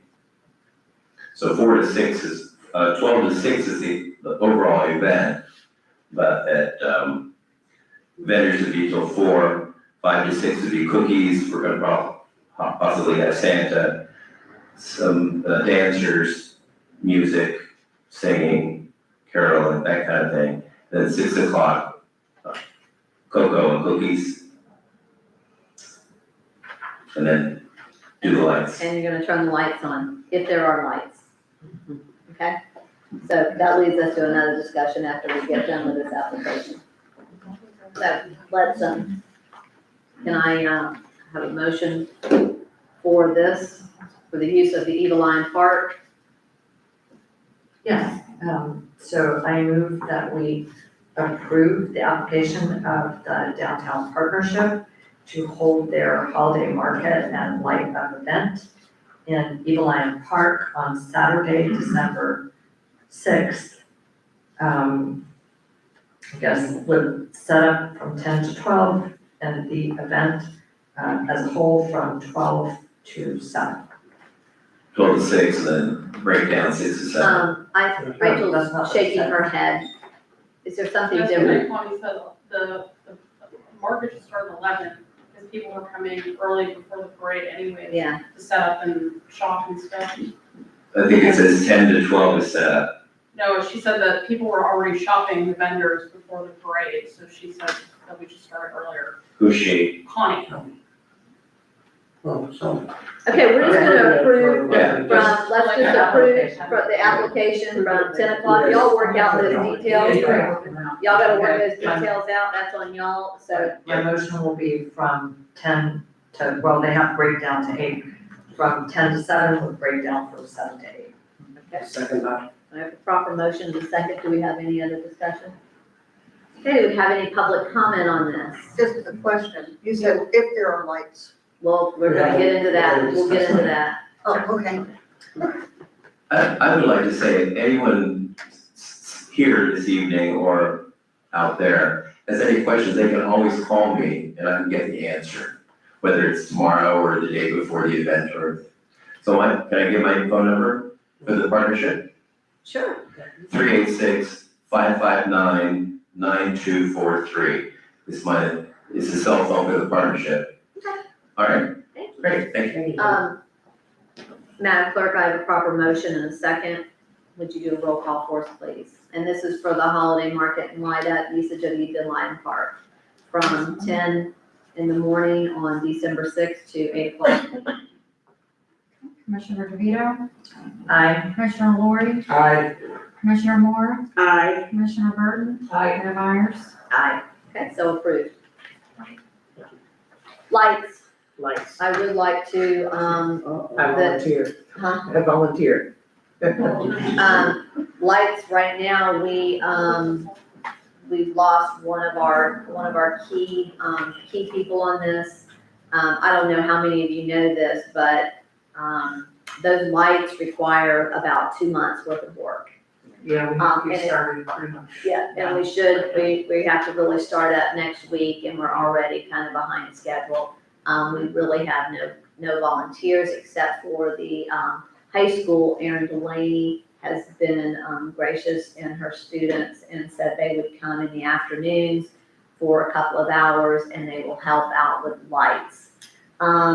Lights is a huge undertaking, and so, I think that this commission has to determine, are we going to do the lights? I know the community expects the lights, and I'm not to, but it takes a tremendous amount of my time as well. I've got 2 months in front of me on this, and it's from the bucket truck. And quite honestly, I'm very uncomfortable in our current bucket truck. I love the bucket truck. No, the hydraulics on the It's bucket great. truck, Fun. the hydraulics on the bucket truck throw you forward when you're afraid of heights. It throws you forward when you're moving it. So, I don't know if you could look into how you could get a scissor lift for us. Okay. And what that would cost, Okay. but, those are much easier. We did it the first year with a scissor lift. Okay. I've thought about how we could do this in such a way that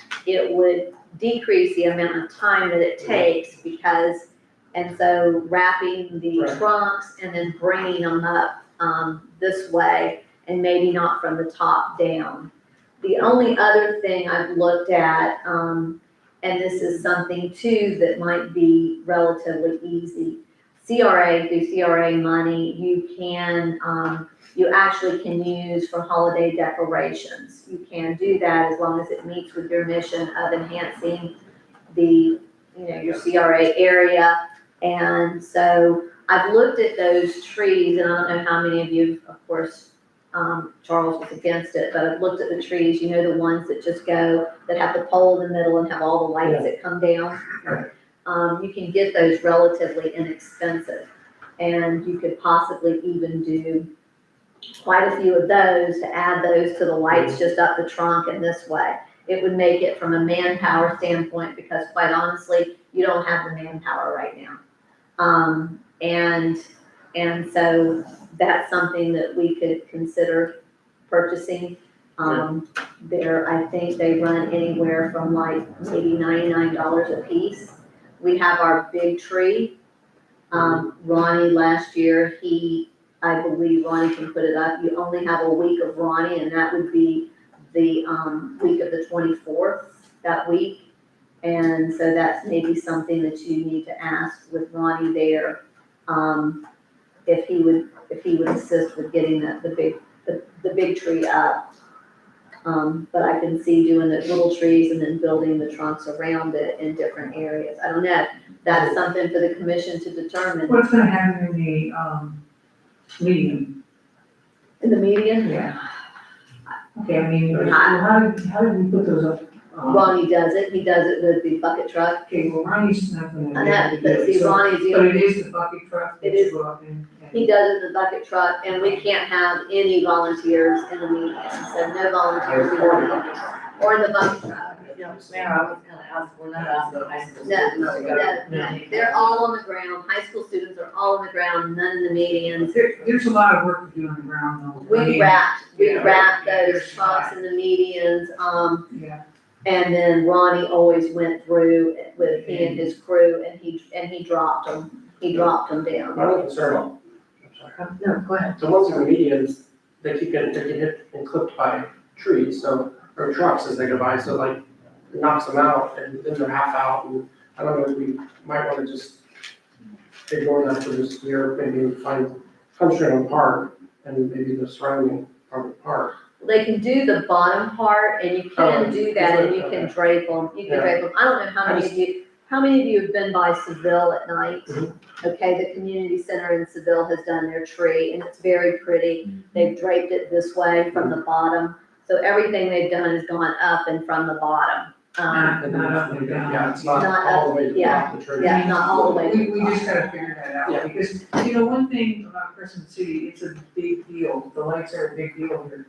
A lot of people come from all over to see them, so I need to skimp, how's that sound? But we don't We don't have to. spending 2 months out there working on it either. I think we can find some alternate options. And Erin Delaney is a great person to consult with that. Well, she's got the students, she's put the students, I know it's not many, but I have 4 people from Jacksonville that said they would come and help whenever we needed them to help for that. Good. yes. I've been getting requests from people when the light's gonna be put out, because they wanna help.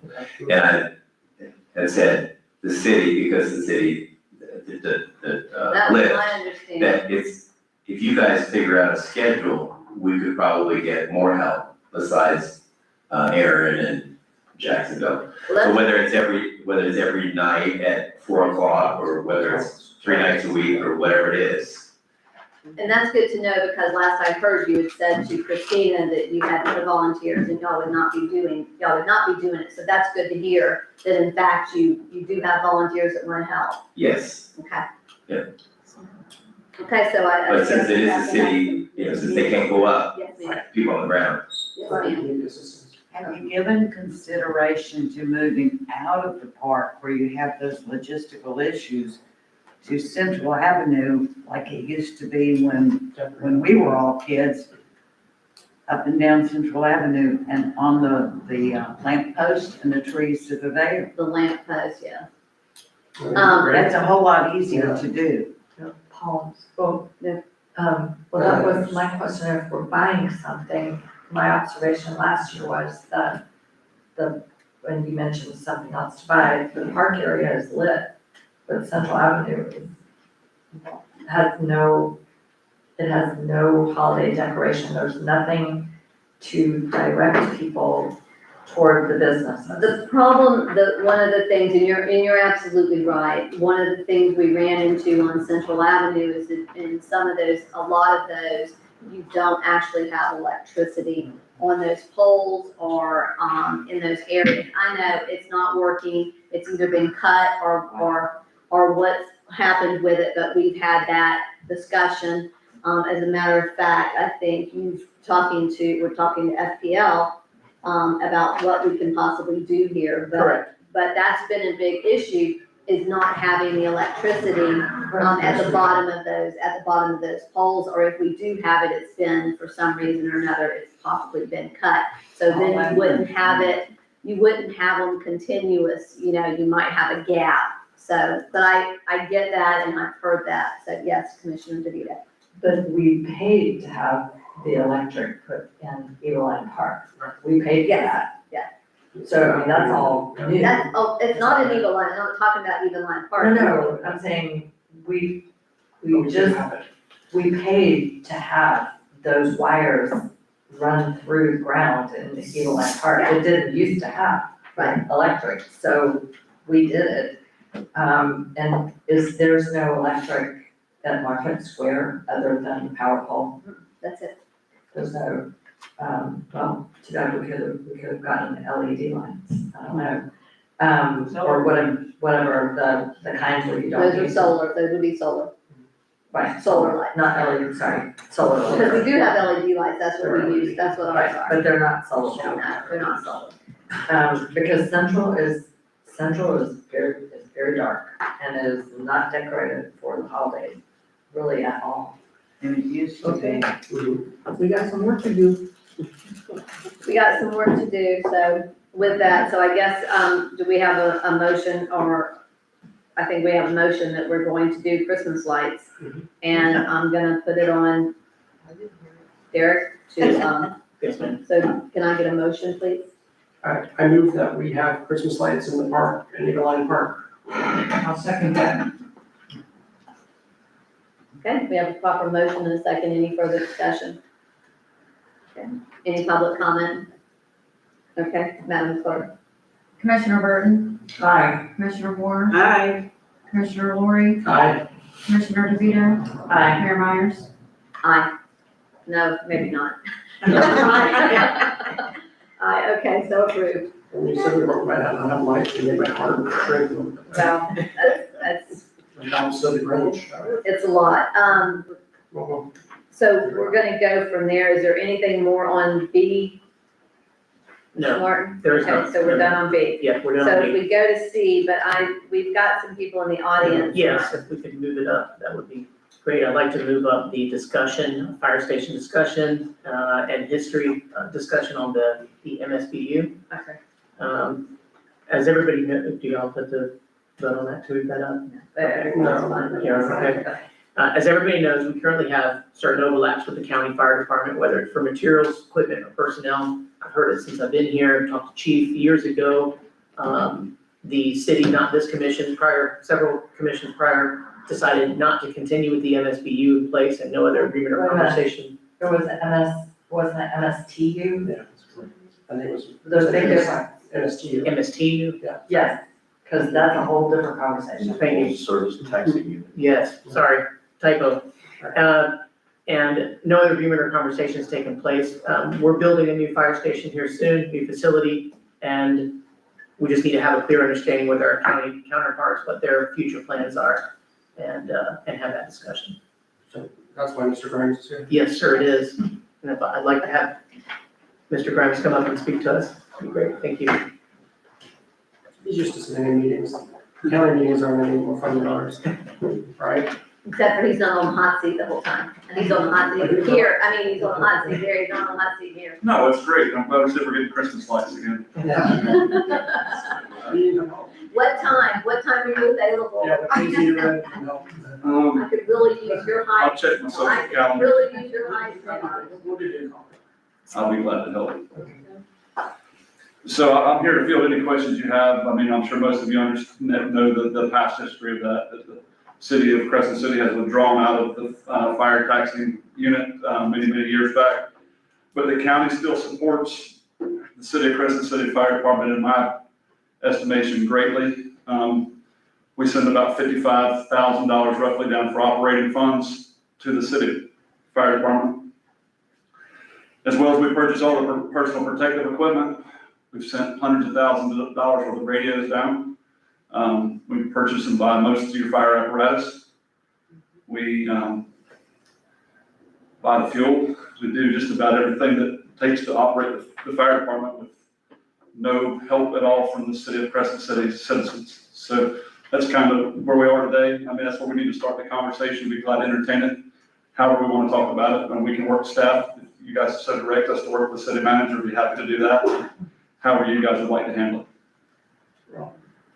Personally, we do appreciate all of the county's help because it wouldn't be possible to run this station without the county. But we do also chip in quite a bit of money. I mean, with our budget this year, was it over $130,000 that we spend? So I mean, it's not to get it wrong, but we don't want anyone thinking that we're just freeloading off the county. No, We put quite a bit of money in gas and oil and other things as well. Correct. But yes, the apparatus, all that, has been very helpful. And we appreciate that from the county. I know, it's always been a question for me, how this all works, because it's kind of a very weird hybrid situation. Because obviously, the taxpayers of Crescent City pay for fire protection for the city limits, but we cover more than that. I mean, the station and the staff there and the county volunteers go for everything that's not like Humboldt Park and Georgetown, right? Those are the closest stations to us, and we go all the way down to the county line. That's correct. I mean, it is a hybrid model. Sometimes it's difficult to understand, but I mean, we do, I'm going to say 50% of the time answer the call in Crescent City from our unit in Georgetown. So I have some numbers, they're preliminary numbers of what we spend every month. Been doing an incentive program for the folks here. It runs about $3,000 a quarter that we're handing for incentives for your folks to respond to calls in the county. But we're also, like I said, we're covering just about every operational expense. I'm not sure, other than the one apparatus or two that the city owned, that we're paying for everything everything else, including the workers' comp insurance of your firefighters, all their personal protective equipment. Every other municipality in the county bought the radios that went in their truck, with the exception of the city of Crescent City. So, we just handed out portable radios that were in excess of $6,000 a piece, that we put in every fire apparatus, that whether you guys own it or we own it, I mean, we have to put them into our trucks, but, those are just things, and I talked to Mr. Martin, and just kind of want to give a history lesson on how we move the partnership forward. That's good. I mean, I think that's something that we need to workshop and sit down with some more. Go ahead. I was just going to wonder, I was trying to look it up, but I didn't get a chance. What was the tax rate for the MSTU? It's 1.1. Okay. 1.1. Now, does that count against our 10 mil cap? Or does that count for the counties? Because, I mean, we're getting really close to that ourselves at 8.7. So if you add that on, are we right, would that put us right at 10? No? I know, so. How does that work? Can you Yeah, explain? it's funny, Because a lot of there's the commissioners. I'm not sure how it works inside of an individual municipality. And the Florida Constitution puts a 10 mil cap on the county's taxing authority, a 10 mil cap on the city, and then a 10 mil cap on the school district. You know that. Yeah, so if we're at 8.7 now, and I'm not sure if that would go towards the counties or ours. I mean, that's. I'll find out. I don't know either off the top of my head. I can find out if that's I mean, I a think question at hand. the county, but I'm not sure. We haven't had a municipal taxing unit though, like, for recently, is that correct? Well, not as of recent, I don't know when it was taken out, I mean, it was taken out probably the mid to late 2000s. Yeah, 2017. 2017. What? 2017. No, I think it was 2019. No, it was either 2018 or 2019, because Patrick Kennedy was still here and I was here. And Katie Bird made the, motion. But it was before Mr. Esposito. Yes, it was. Patrick Kennedy was here. So I think it was about 2019. And that was, I guess, can you talk a little bit about the difference between an MSBU and an MSTU? Well, the BU is a benefit unit that taxes, the taxing units, I mean, the fire department has the ability to tax the individual home because it actually serves a tangibility inside a piece of property. So that's how, the MSBUs, I'm not 100% sure what, how the operations of both of them are. I mean, I know our county put it as a taxing unit to the.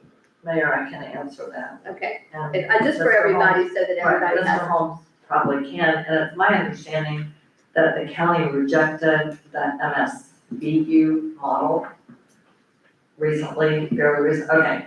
So the problem with the MSTU, which is what the county currently has and the city used to participate in until we opted out, that only that only provides the fire tax or imposes the fire tax on properties that pay ad valorem tax. So anyone who is below taxable value does not pay the MSTU for fire. Nonprofits and churches do not pay the MSTU for fire. Anyone who is exempt from ad valorem tax doesn't pay it. So the problem, particularly if you're in a place where you're in a poor community where a lot of people do not pay ad valorem tax, or there are a lot of churches, they don't contribute to the fire tax. Municipal benefit service unit taxes every property, whether they pay ad valorem or not, because it taxes based on the benefit that they receive.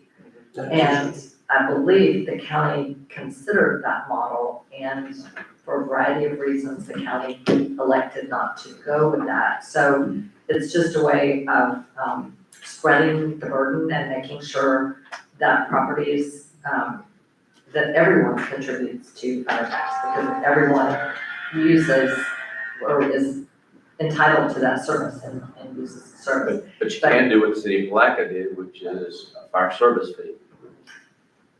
And it goes to all properties. Okay. There we go. Is it the same fee, or is it based on square footage, or how did, As I recall, it's the same set fee. You remember? It is, it's based upon value at some level, but it's assessed at every single resident and vacant property including up to 50% of the worth value in a nonprofit. So your churches and all still pay the 50% value, and that's in the city of Palatka. Didn't it average like $200 or something like that? Yes, Taxpayers, something probably like that, close what it averaged, but that's a chunk, but you know, that does add up, Right, well, and everybody's paying something. exactly, but, obviously, some people feel that it's too much of a burden, some of the churches do. It is my recollection, I asked this in a couple of years before, that the MSTU, when we had that in the city of Crescent City, that went to the county, that resulted in revenue of $70,000 a year. And that's what I was told, that the MSTU in the city of Crescent City realized $70,000 a year. And we've talked about this a few times, but nobody mentioned the fire fee.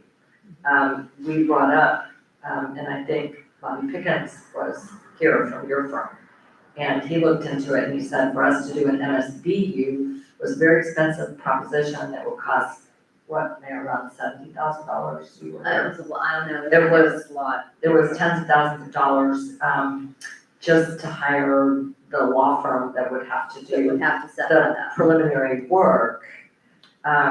I don't know, I mean, the discussion centered around how do we provide for the future needs of the Crescent City Fire Department?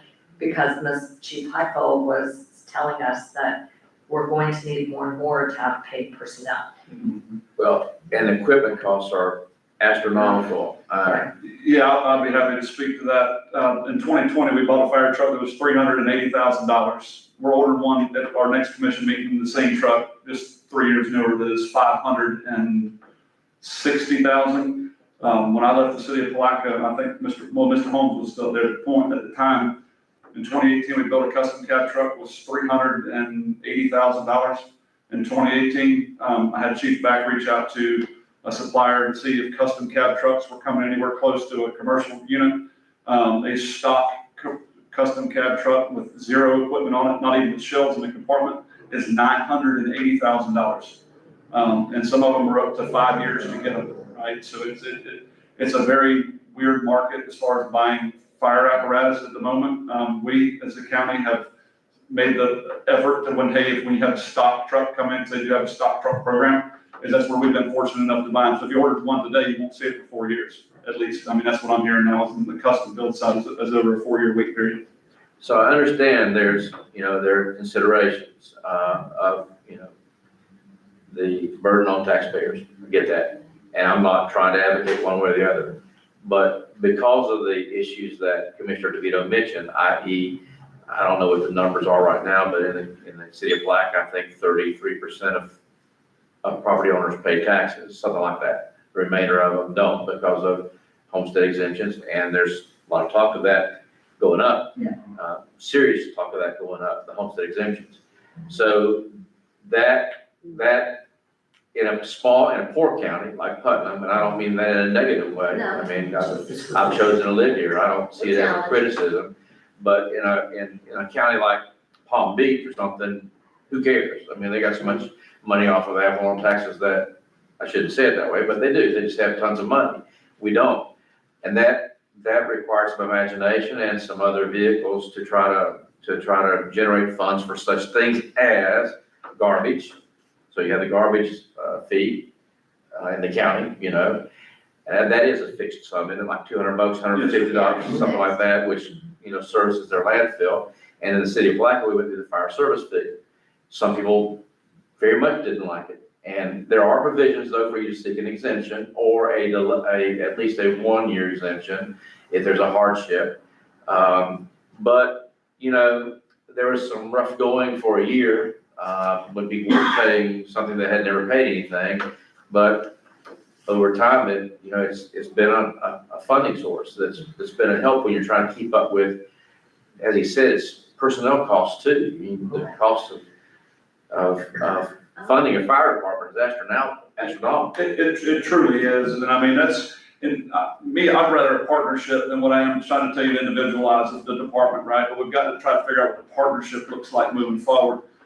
Because I don't think it's going to be a huge burden on your citizens of just living in Crescent City to try to afford a standalone fire department. Volunteerism across the nation, as we all know it, is down, right? 25 years ago, 30 years ago, when I started as a kid, you had 40 people across the street over here. Today, 1 or 2 at the best.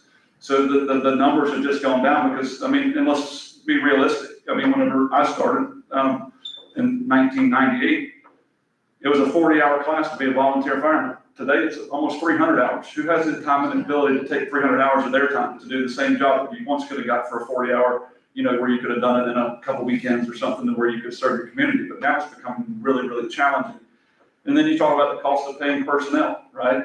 For every dollar we spend on a person right now, we're paying 65 cents on the backside for insurance, Florida State retirement, and all the benefits that go with it. So for every $1 they receive, it costs about $1.65 to pay them true hard costs. So I look at it this today, with the start rate of starting fireman for the county that starts somewhere around $46,000 to $48,000 a year for a starting fireman, truly turns into be about $100,000 a year. So as you start thinking about that and long term, I mean, and we're still not where we need to be as a county and running more than 2 people on a truck, but you start turning 2 people on a truck 24 hours a day, the easy math on that $600,000 a year just to put the truck on, right? And then you start looking beyond that, is how much the cost of the apparatus has changed. And I see one of your agenda items on tonight is talking about a piece of fire apparatus.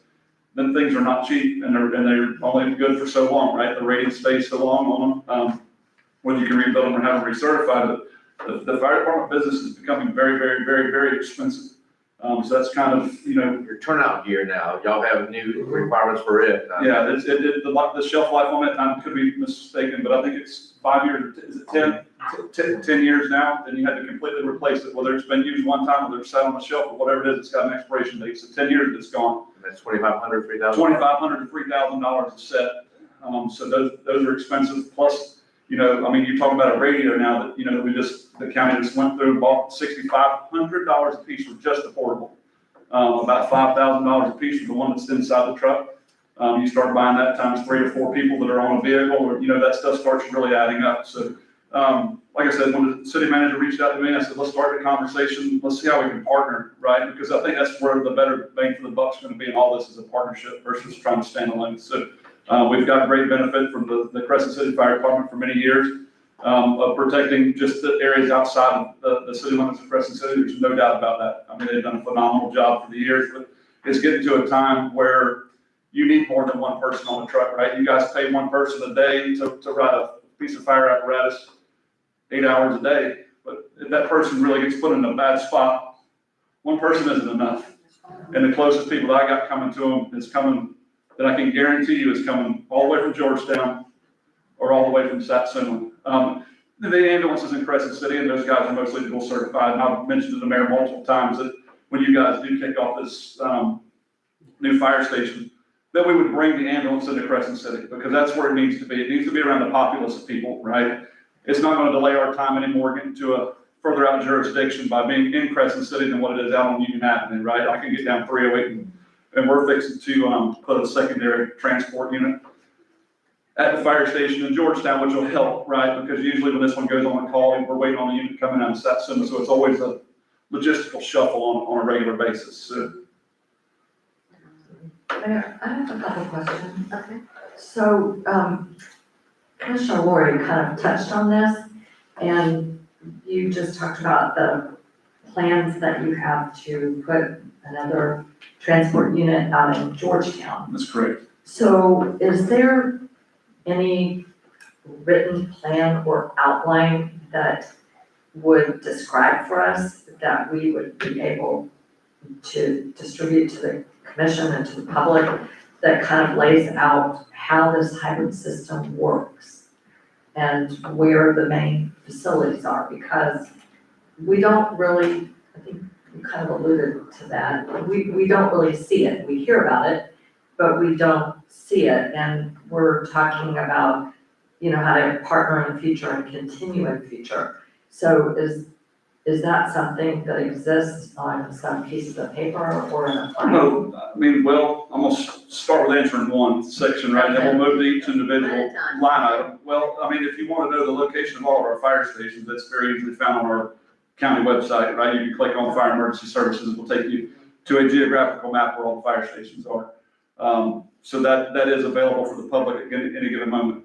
Is there really a document that says how the hybrid works? No. Because hybrid changes a lot, right? I mean, so one day today, Crescent City may have 4 people available. Tomorrow we may have none, right? So, but we do what I want to say is a good job of bringing a truck into Crescent City. A truck responds to the city limits of Crescent City on every single 911 hit, whether it's an EMS call or whatever. And if the guys are here after your day guy leaves or whatever, the volunteer picks it up at night, they can cancel the unit coming to them. But that unit is coming. It's just coming from what I'm gonna tell you. And if you're in a situation that's too far away from you guys, so it's time that you guys need to start looking at what you're gonna do to improve the quality for your citizens. I mean, my truck's coming from too far away. Okay, then I had another question. I mean, essentially, the question I had at a prior meeting was, we were talking about funding for the fire department. So I said, well, what if we opted back into the MSTU? Would we be able to make an arrangement with the county whereby some of that money actually was designated to specifically do whatever needed to be done in Crescent City, you know? And of course, keeping in mind that Crescent City has its role in supporting the whole, you know, the hybrid system in South County. Quite frankly, when I hear you talk, to hire another full-time person is in excess of what the MSTU seems like brought into Crescent City the last time we had it. I don't know, my interest initially is if we opted back into the MSTU, could some of that money be directed specifically to the personnel corps that we need here? Well, I'd like to volley it on the other side, right? Okay. You've opted out of the MST. Right. And we still send $60,000 a year that we never did cut, and we've increased since the day that you guys opted out. Right. So all those dollars, truly, if you want to look at it from a dollar perspective, came right back into the uses for Crescent City, right? I mean, I ran a number of years ago, and the finance director could absolutely tell me I'm wrong, but a mill in Crescent City produced about roughly $60,000-$70,000. Is that correct?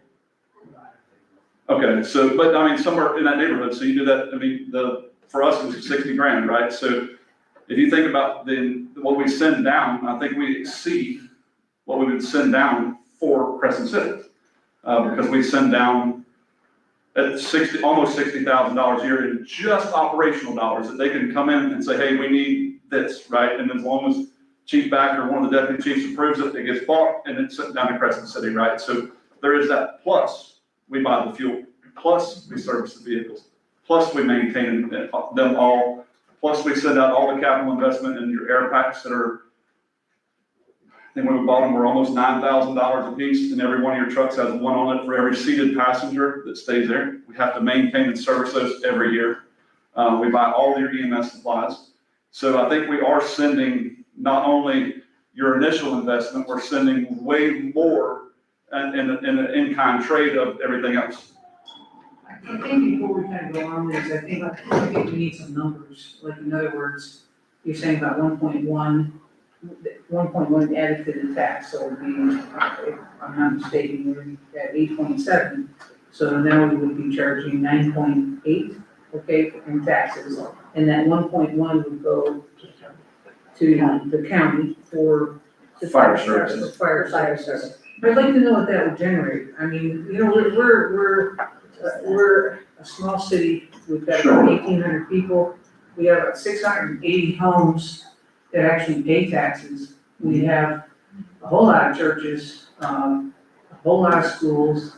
I mean, if you go down, you know, we're at 2 square miles, and if you go down 2 square miles, there's not a whole lot of people, you know, actually property that pays taxes, you know? Yes, ma'am. And so, and the other thing I'd like to know is how many fires are actually in Crescent City that Crescent City is actually taking care of? I think you take care of more outside of the city. I might be wrong, okay? I don't know the numbers. I really don't. I can try to run you numbers, that's with our tracking mechanism is a little hard because it's by station, right? So it doesn't, I don't necessarily, we could backtrack it through the number. I can tell you a vast majority are EMS-based calls, which causes the fire department to respond. I mean, even your fire department responds to the EMS-based calls.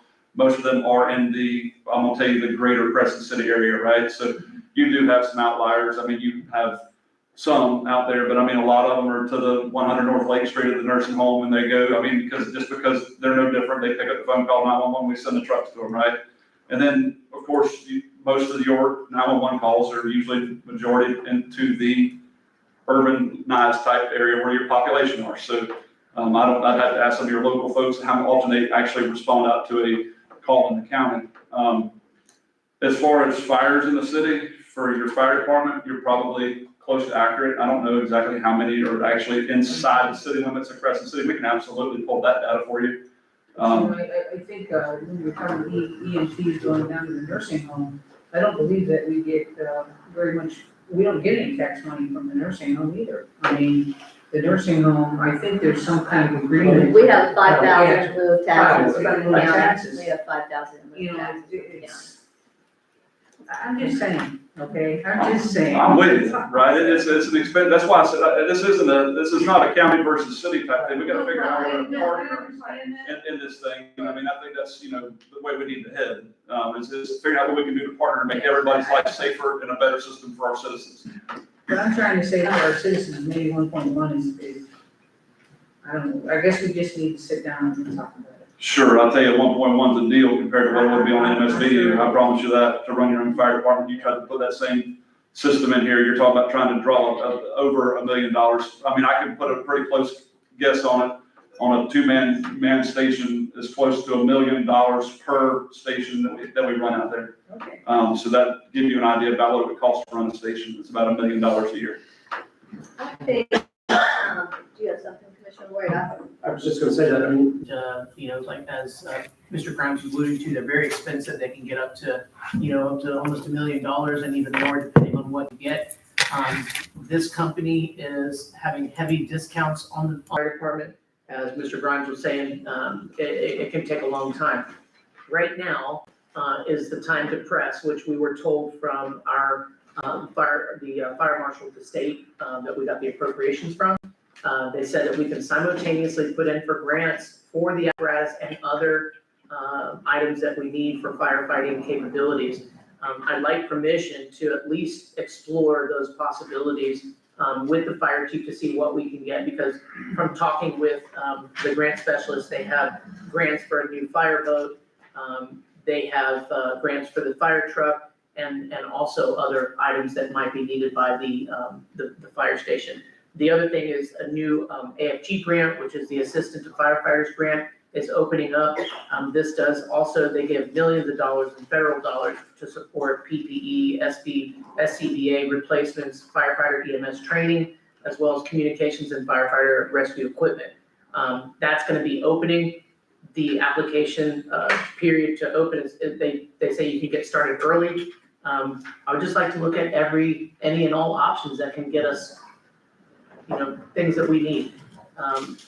Hopefully they're not dead ends, but. So what are you looking for us for permission? Permission to move forward with these types of grants for this. I know that before there was some grants, I just want to make sure that you all knew what we were doing and I had permission from you to move forward with these. And of course, when we get findings, I will bring them to you. Okay? I think we're good. Yes, we'll do it. You're just making the grant amp though, you're not making a commitment to buy. I'm not making the commitment to buy a fire truck or anything like that. I just, we can, nobody's going around buying 6 fire trucks right now, right? But they have them. If we can go and move forward and have success in this grant for an apparatus, then we can get to that conversation of how much the truck costs, what the discount is, and what they're willing to give us for our apparatus, which preliminary, the preliminary cost that we were told was around $300,000 to $400,000 for our apparatus as it sits right now on a trade-in. Okay, my question would be then, is we have to also talk to the county, because if the county provided that apparatus, was there any type of? And that's discussion we have to have. Okay. Correct. If I get, I'll entertain a motion. I get a motion to grant him the approval authority. I move that we grant the city manager the authority to look into fire apparatus training, acquisition, options, and grants. That was a bunch of words stuck together, but make it more. Do we have a second? I'm just wondering why we have to I don't know. move him to do that. I mean, Well, we I could think- start looking at trade magazines, you know, I mean, Well, I guess to make, if he enters into, so if you enter into, do a grant application through, the fire marshals. yes, Recommendation. before, they can't do any grants. We're just telling them that he has permission to look at, it. Is that what I understand? We want to move forward with filling out the information with the same people that gave us the grants for the fire station. She said right now, while the iron is hot, the state will funnel that money, especially since we're building a new fire station. So right now, we're on the radar. If we get the paperwork in, we could possibly get some more grants for the things that we need. I would like to move in that direction, fill out the grant applications and get them submitted to the specialists that we met about the fire station. that doesn't cost us any money. It doesn't cost us any money. You can tell me, No. That's what we're saying. right. No. But anyway, make the motion and I'll I make say. motion. Thank you, we have a motion and a second. Yes, Commissioner DeVito. It's So- just, you know, But it's not, we're talking about the Department of Financial Services, right? We're talking about the state fire marshal's office. Who is, yes, it's What part is of, it's part of part it? of, they merged those and so they're together, yes. So Right. yes, Yes. it's an arm of that. Okay. That's fine, but the legislature gave us the capital money. This is other grants. I don't know where they're coming from, but the money that we got came specifically from the legislature. It's funneled right. through the Yeah, we know. Department of Finance. They're getting this grant money. I don't know where from. But I will get it's a all good the thing. information. Yeah. We'll talk with the representative that we've been talking to, and I will present all of the findings to you all. Sounds good. Sounds good. We have like 12, 13-year-old boat right now that can be replaced with the grant process that she told us should be easy. We have examples of the grants, the proposals or requests that were written from other cities that recently had success, and she's shared those with us, and we're gonna follow that same formula. Now, well, let's go ahead, we should finish this. Yeah. So, okay, do we have any other discussion on this? Okay. Madam Clerk, if you please do a roll call. Commissioner Burton, Aye. Commissioner Moore, Aye. Commissioner Lori, Aye. Commissioner DeVito, Aye. Mayor Myers. Aye. Okay, So Mayor, if I could just say one thing. yeah. It sounds like one good thing led to another. But it sounds like there were grants that may have been available if we'd known about them. The reason we know about them is because the great She thing came that in happened. and sat down, she came to town and she sat down and she shared a lot of Because- information. Right, because we had the legislative grant that came through their department, so that's what I mean by, that was one good thing led to another. Yeah. That was good. That's the song. Okay, let's go ahead. All right, so I'd like to just move back up. We'll go to C, staff requests from you all. And we're doing this in the office as well. We have a lot of things that we want to work for, towards enhancing our website and to showcase not only senior staff, but also you all, the members of the entire commission. I would love to put your biographies, a professional government photo, and either a vision or mission statement that you have, for the city. All right. I mean, we had our pictures taken by Pastor Shepherd. Yeah, we Except did. for Commissioner Moore. Commissioner Moore. We need to. I don't know where they are. I don't know where they are. I haven't seen them, No, yeah. but we definitely would like to do that. We could reach out to Ashley too and see where they are. I mean, we're one of the only cities I've ever seen that doesn't have a little page for every commissioner. And I'll be honest, there's a lot of work that needs to be done on the website. We're going to take those. This is just something that I want to get ahead with you all so we can kind of get the pictures and get everything together, but we have more work than just that. Have you looked at where we are on that contract with, I have it on my notes, and this week I will with Town Web to see exactly where we are and where we fall into that contract, how long it lasts, or if it's a year to year, but yes, I will, okay, yes. So, because there's a lot to be desired, yes. Yes. sorry, when you're done. Yes. Question for all of us and for the city manager. So as far as our biographies, might be a good idea to give us a sense of how many words you're looking for. So 20, can you sum it up in 20? I think I can sum mine up in 20.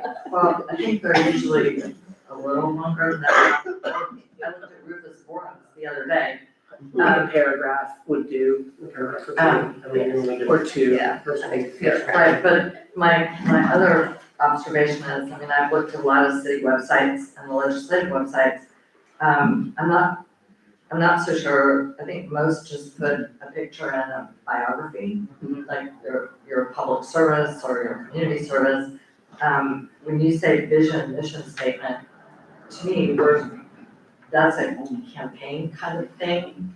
We're supposed to have a unified vision as a commission.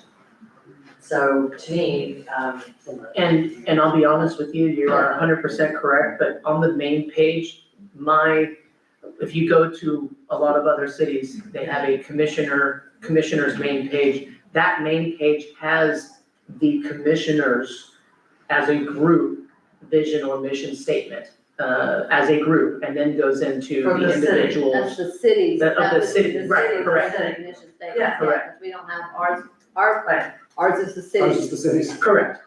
right, so that would need to be for the city, and I don't think we've ever adopted one for the city. We've talked about it, we have it maybe for the CRA, but not the city.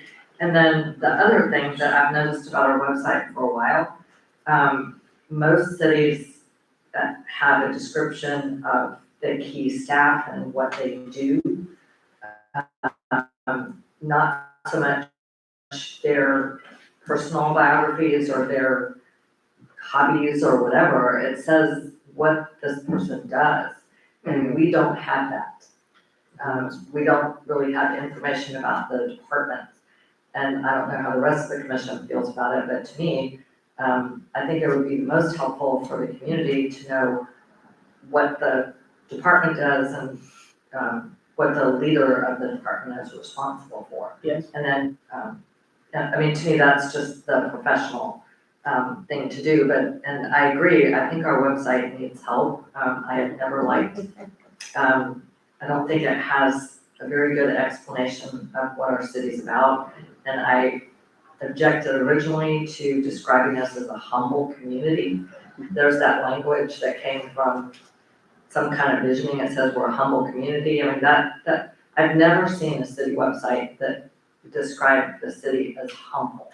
You Right. usually talk about your attributes and what makes it a great place to live or work or whatever it is. Beyond that, there's not easily found accurate information. Right. As far as water rates, sewer rates, Correct. what it costs to hook up, and what each department is and who does what. And if you want to find the consumer confidence, water report from last year, forget it, it's not on there. The budget's not on there from last year, it's not on there for the last 3 years. So, yeah. These are things And we're gonna fix. I talked to Charles wrote about the stuff and the list, and I talked to you about it too. It's really wanting. And I think what you're gonna have to do with that, because it's a lot of work to do that, I mean, it's a lot of work for somebody to maintain that. You're going to have to determine, how you're gonna get that maintained. Yeah, how much money do you want to spend? Yeah, how much That's money do you basically- I've gotta find out, because I gotta look at the town web contract, see when that's up, but there are other companies similar that I think could possibly do a better job. And then, of course, we would need to bring them in, I think, in a workshop to get, the entire, group and the city, involved. I mean, everybody from the department heads to the commission, myself, the clerk, there's gonna be pages for everybody. And those pages will tell the story of who we are and what we're doing, and that's important. The one thing that I think is missing, which I do agree with you all, is that the website, that is an advertisement for the city. That tells, that is going to be a draw when people do look it up, and you want it to have some snap. And so we'll look into that together, and we'll make those decisions together. I will bring some proposals and some options, and we'll have a workshop on that. If you do that, if you remember though, that if we're going to change web servicing companies, that you're going to have to do that through the bid process. Yes, ma'am. So, 100%. so before we go down that road. Actually, you probably ought to do an RFQ. Yeah. Okay, next, Next. yeah. I like that one. Next. All right, so we're gonna move to F. This is something that came up recently. We conducted a meeting with the FDEP on October 2nd about a long consent order received in September. This stems from 2 of our monitoring wells having nitrate spikes. This happened last year. We had a few discussions with the commission about this, and the original bill was around $15,000. The reporting for the long consent was also very costly, mostly in man hours, and could last up to a year or more. The meeting held on 10/2 went I thought, very well. We made our case for the city. We explained that most of the items in the order had already been fixed, replaced, or repaired. We also brought to the FDP's attention that we were under a grant with the plans approved by an engineer and the FDP review that took place of these monitoring wells, which one was actually placed in an abandoned property next to a septic field. They have reduced our fee. It will not be any more than $10,000. It could be less by the time we get it. We also have options for the response, which we still have to do. They are proposing to do a short form, which will be a lot less reporting. We can pay the fee and be done. We can propose an in-kind project at 1.5 times the actual fee that comes down. And that would enhance our, that project would have to enhance our treatment facility, but it can't be directly fixing what the problem is actually is. So either way, they've agreed to rescind the long order that will be provided and that was provided and give us that short consent order and move it. I haven't received it yet, but I have had some emails back and forth with the FDP waiting for that. So I just wanted to update you. What do you need from us? Is this just an update? This is an update on business. Yes, ma'am. As far as those, the in-kind project, what would that entail?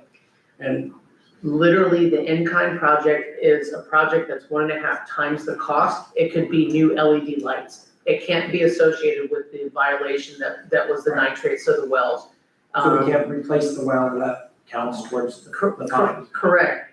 I was in discussion with the FTP.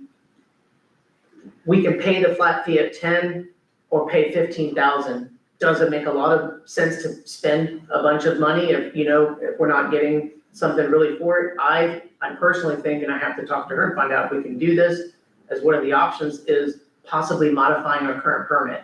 If we modify our current permit to cap one of those wells and move the monitoring to another well that we know is perfectly fine, and they approve it because they know that they had told us to put it in a bad spot to begin with, then problem goes away, and we may be able to get out of this without really having to expend anything. Because we have five wells. There's right? 5 wells, And yes. 2 of them are compliance wells and 2 are, the rest of them are just Correct. there for. And it may be where they'll allow us to put another well in lieu of. So, and we modify our permit, or we pay the money and we change our permit when we reapply, which has to happen anyway. How much is it to put in one of those wells? I'd have to get the cost on that, but you're talking a regular 2 or 3 inch well that, maybe $6,000 to $10,000. They're not very deep, they're very shallow, 50 to 60 feet. So regardless, we're probably gonna have to pay. There's gonna be something. Right, but if we can, paying a fine that's just wasted money. Mm-hmm. But if we do an in-kind project that upgrades something that we're getting a benefit from, and that the citizens are getting a benefit from, then that's not wasted money, that's an investment in the future. Correct. So I would rather, my personal feeling is I'd rather not just pay a $10,000 fine to the FDEP and say, here you go, guys. Yes. But you still have to then put in a new well somewhere, or fix the well that's broken, otherwise you're gonna get it again next year. You modify the permit, so you don't. Modify the permit so we can have more nitrates? No, modify the permit not to have that well as being monitored. But I tell you this, the $15,000, if y'all remember, we did set aside this year. So it is in our budget, it's not an emergency spend, we knew this was happening. Okay, set aside 15 or 10. I believe it was 15. That was 15. Yeah, 15,000, and it could be a little bit more, but I'm pretty sure it's 15,000. 15,000. Yeah, just. Finance director says yes. Number, and 15 was what 15,000, yes, ma'am. we were expecting, so. What'd you say, We're Steve? just still looking into it. I believe it's 15,000. Okay, okay. Commissioner DeVito, did you have something? I thought you. That answered my question, Okay. where the money would come from, but I just wanted to echo Commissioner Lori. I mean, certainly it seems like very, not beneficial to the city just to pay a fine. Okay. That, do something that leaves us better off than we were before all this. So you're gonna bring this back to us? Once I get the short order from her, I will bring the options and the cost, yes, ma'am. Okay, let's move on. All right, moving on to G, this came up because of a discussion this week, with the Tree and Garden Board. I just wanted to make sure that we had this discussion and you all sent me in the right direction. Our current code is very vague, and this has to do specific with heritage trees. It's very vague in describing or otherwise specifically naming species of trees that are heritage trees. I think it's important for us, to make sure that we specify what types of trees can be considered in the definition portion of our code. We should also consider language that pertains to invasive trees.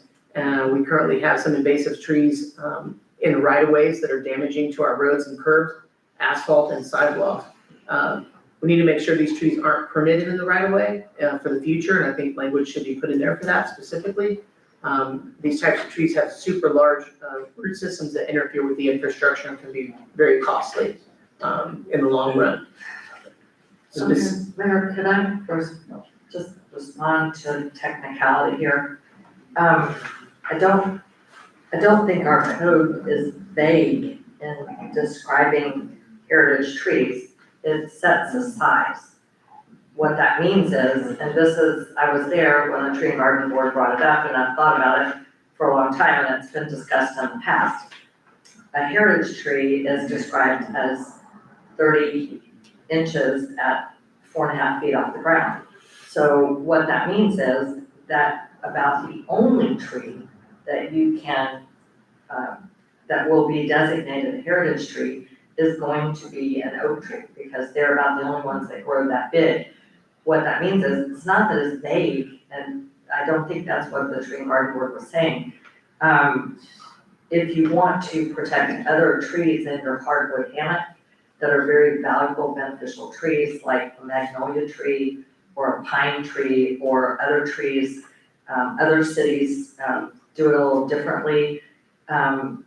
You can have a different size for a different tree, a different variety of tree, so that you protect large trees, beneficial trees of different varieties. Mhm. I think that's what they're talking about. For example, if you wanted to protect a pine tree, you would never find a pine tree that would be 30 dBH at 4.5 feet above the ground. Commissioner Roy knows, right? Or probably even a cedar tree. We have The magnolia here, Right. some of the magnolia. So the idea is to have a little more variety in the trees that you're protecting as heritage trees. And I think Ms. Bowerman suggested that you get some data from other cities or a, I don't know, a horticulturalist or an arborist to figure out what would be the different kinds of trees that you want to include in protection, and then what the size should be. What is a large mature pine tree that provides a lot of benefits? And then the invasive issue is separate. yes, it is. Right, and I just wanted to bring to your attention, and this is very important. You're noticing the large camphor trees. I brought this to the attention of the Tree and Garden Board.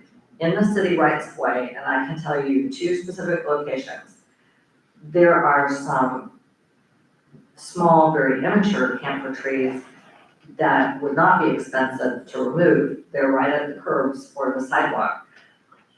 It would be very beneficial and not very expensive for the city staff to, start chopping those small ones down. Oh my gosh, did you hear that? I heard it. Did you hear that? Okay. I'm sorry. Okay. worded that. Well, I'm saying if you want to cut a problem off before it starts, and Right. I can tell you there's, there's one like that at Mathis Park. It's actually several small, it's like, kind of like a cherry laurel. Right. And there's several small ones together, and if you just leave it there and keep just trimming the branches back from the roadway, that's going to become, it's like those palm trees when they start. And there's another one over where, across from the school and the Presbyterian Church on South Prospect Street, the staff was actually trimming like a shrub. That needs to be eliminated, but we actually, the tree and garden board or anybody, could identify some of the small ones that need to be nipped in the bud. And did you say eliminate, you want to eliminate a tree? A small and They got small good work. invasive We trees. have it, and we have it, we are on. Well, video. you've got some That's big fine. invasive trees that gotta go too, that Yes. really are. Okay, but you need to nip it in the bud, and that would be something very beneficial that we could do, just like you take out cherry laurels if they're coming up in the middle of your garden or your rose garden or whatever. These could be dealt with. So just wanted to share that with you. And my one comment is that, as we all remember, rewriting our land development code for the next 2 years. And in that, it has a list of the protected trees and what can be heritage trees and also all of the invasive species. Right. So, that, you might just need to refer to that and integrate it into our code of ordinances. Marry I don't them know together. if maybe our attorney could comment on what is the difference between our code of ordinances and the land development code? And as far as the applicability, like is one stronger than the other? They're both ordinances, Okay, that's what I thought. and they shouldn't be inconsistent. No, they should be the same. Well, that's the thing, when we rewrote and adopted the land development code, we had to change some stuff and actually it has much more stringent penalties. Our code of ordinances and our tree ordinance does not have any penalties for you cutting down a tree or a heritage tree, whereas our new land development code does, quite expensive penalties.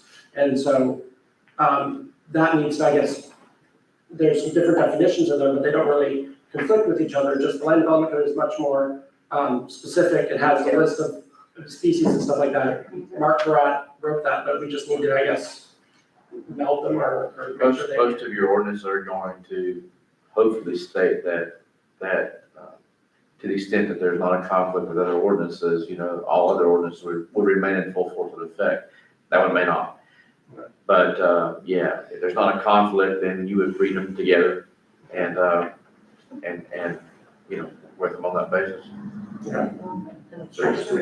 I could just say one thing, it's my understanding, when the companies were brought to code board for trimming a tree without a permit, that was in section 26 of our code of ordinances, and our code officer and the special magistrate found a penalty for it.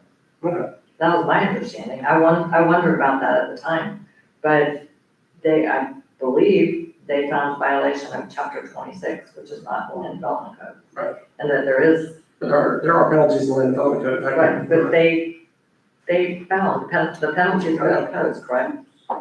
For Yeah, the I know they. Yes. tree. Okay, so that was good.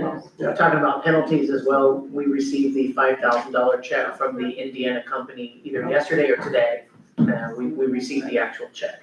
Wow. And is that going into a tree protection fund to buy trees, or are we doing something special now? We had that, we put that in the budget, I think, didn't we include that in the budget? That 5,000? No, that was No, that was the tree right here. So Oh, okay. wherever you all would like to use it and put it, we will do that. I figured it could go towards other issues with trees. I mean, we've always been looking for money to deal with trees. Right. It seemed to make sense to me that a penalty for cutting down the tree needs to go towards trees and the trees. Yeah. Okay. All right. One second, okay. So again, going back to the invasive and going back to the discussion, that is the problem that I saw when the tree, when we had the meeting this week with the tree and garden board, there was a difference in those ordinances, and I want to find out how we can marry those up and make sure that we have that, make sure we specify that we can't put invasive trees in the right of way. That's important. That's important for the future. It's important to be real clear and have it stated. The other thing is, I think it's really important, and again, I understand, Commissioner DeVito, what you're saying about the ordinance covering the size of the trees, but taking the list of trees that were, specified as heritage, I think needs to be put in the code, just specify it straight out instead of the size. I don't think there's a list of trees that are specified as heritage, it's the size. Right, no, you're exactly right, I'm saying in the other ordinance, they specify actual trees. And then the other thing that we were lacking is specifying what trees are trash trees, like a camphor. Oh, that's. And even though, and even though the campers are, they're pretty and they have a nice canopy and they give you shade, they're still, they wreak havoc under the ground and they shouldn't be in the right of way. They're the very first one listed on the invasive list. Yeah, they're bad. It still would have been cut. Okay. Okay. So, and I think that's something too with Municode, you need to check with Municode and see what's lacking, because there's times which we've looked at the things. Yeah, because the land development code is not on Municode. Yes, Yeah, so it needs to be, on it needs to be on Municode, so you need to really get with Municode and find out what. Well, there'll be a cost for that, right? Well, it should, But we might it as well, should be, we but might as that's the well reason pay we have them, because that's why, Municode. yeah, put our code of ordinances Is on so there. that we have everything on there, so it makes it easy for the residents and anybody else looking at. Yes, well, I would agree, because I Right now, still can't find it. Right now, our land development code is split up into 10 different PDFs on the website, and it's very And it needs to cumbersome. be combined, Right. Yeah. I've combined it today myself, but yeah, we need to have it on Unicode because it should be searchable. So Mayor, what I'm asking is, did our contract with Unicode not We're include? gonna find out. I've got a note, I'm gonna get all the There's a certain information. amount, yeah, there is something that you can, I mean, that they it's an update as Yeah. part of our service that we have with But Municode. because the land development code is large, I I don't was know, hoping. we'll have to find out. They just went up on their fee, I believe it's a new flat fee for it, because they used to do it per time that you did it, and now it's a flat fee per year. Well, and they'll update and recodify every year and add all the new ordinances. And so we're getting to that point where it's almost time to give all the new ordinances. Yes, Because we had not approved the land development code at the time that we approved the community code and all of our updated Okay. ordinances. Last line of business, New Moon Lodge. This is something that we've been talking about and working towards and for. I attached in your package the grant agreement for your review. I wanted you all to just take a look at that scope of work. I'm ready to sign that. Steve Carisco with the state, he needed a signature. Of course, he wanted me to review the language that was in the grant. I just double checked to make sure it was what was already previously provided prior to my arrival. I didn't change anything in there. I think I noticed I thought one time, didn't we do all this architectural work for the new room? No, that was the preliminary that was historical preliminary. research and then the schematic. To do the construction documents, which is the next phase, that's what this grant is for. That's what this. So, I just needed to yeah, clarify. it's, because what they did was just a proposed kind of, It gave us You know, what was our going vendor- on with the building. right, it shows Yeah, where what we were. it needed, yeah. This will actually give us construction documents that we can take to a contractor to do the work. So I just wanted to make you aware that we're at that stage now, ready to sign, ready to move this process forward to start that engineering design phase We project. talked to REG, because their REG is their ongoing, they're the continuing services contract with them for this work. Okay, So you just need to contact, and I noticed that, it's $50,000 is the grant. We put aside $10,000 because they first given us a quote of $60,000. correct. Okay, so I just want to make sure that didn't need to be in here. But we have that $10,000 set aside in Better Place Planning to go with this $50,000. We do. Okay. Yes. I noticed in here that Michael Brillhart. Yeah, but Name still on. Yes, it's still on there. His name is still on there, so you might need to look into that. The other thing is there has to be, I believe there has to be a letter. My concern is that this shows 7 of 25, that was kind of their start date. The agreement shall begin on 7/1/25 and end 6/30/26. So please check into that. The dates. Yeah, and then Okay. also, you need a copy of the grantee's Florida substitute form W-9 must be submitted to the division. So make sure you've got that. Additionally, I believe because of us being meeting that requirement, that you have to submit a letter with this, and I did not see a letter in here asking to be released of a matching. And it Okay. says in order not to be matching. But you have to make a You statement. have to make a statement, and I did not see where that statement was. The first project progress report is due October 31st for the period ending September 30th. So that would put us that we have that would be, you have that due, so you need to check on that. Yes, and that's been on my agenda. I have a call into Steve, on that particular matter. Okay. And that 13 is that matching funds that should help you with, what they're requiring if we don't do that. Okay. That's good news, though. I'm glad we got the money finally. We're getting this much. Well, and Next it's, step further. right, it's important, Mayor, if I could. Yes. The mayor has highlighted, I think, all the i's that need to be dotted and t's that need to be crossed, especially, the letter as far as our being excused from the match. The first progress report on August 31st, and as well, REG Architects gave us that price of $60,000. I think it needs to be confirmed ASAP that they are ready, willing, and able to do this, by, I think, I didn't make a note that Mary just said it's June 30th, we have to finish this. So it gives them less than, 9 months. And, right, And so. make sure it's still at that price. At that price, because this needs to, as Mayor pointed out, this needs to kind of go because the clock's running. Yeah. That's what you're saying. So, but this is good news, and they told us at the time, they did, the conceptual drawings, that time was of the essence, because the building is not getting any younger.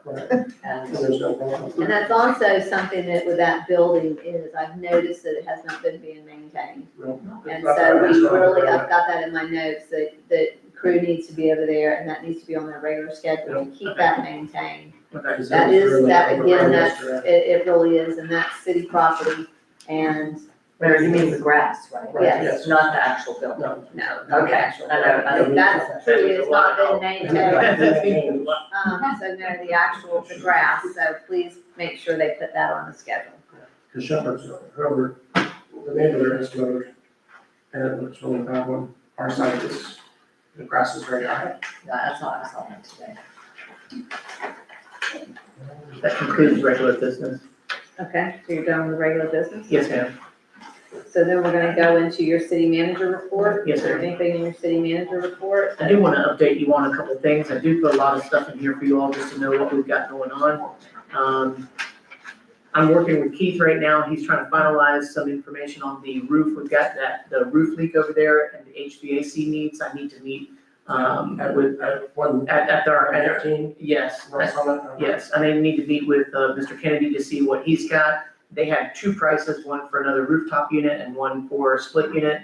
And I need to get those costs and we've got to have that discussion.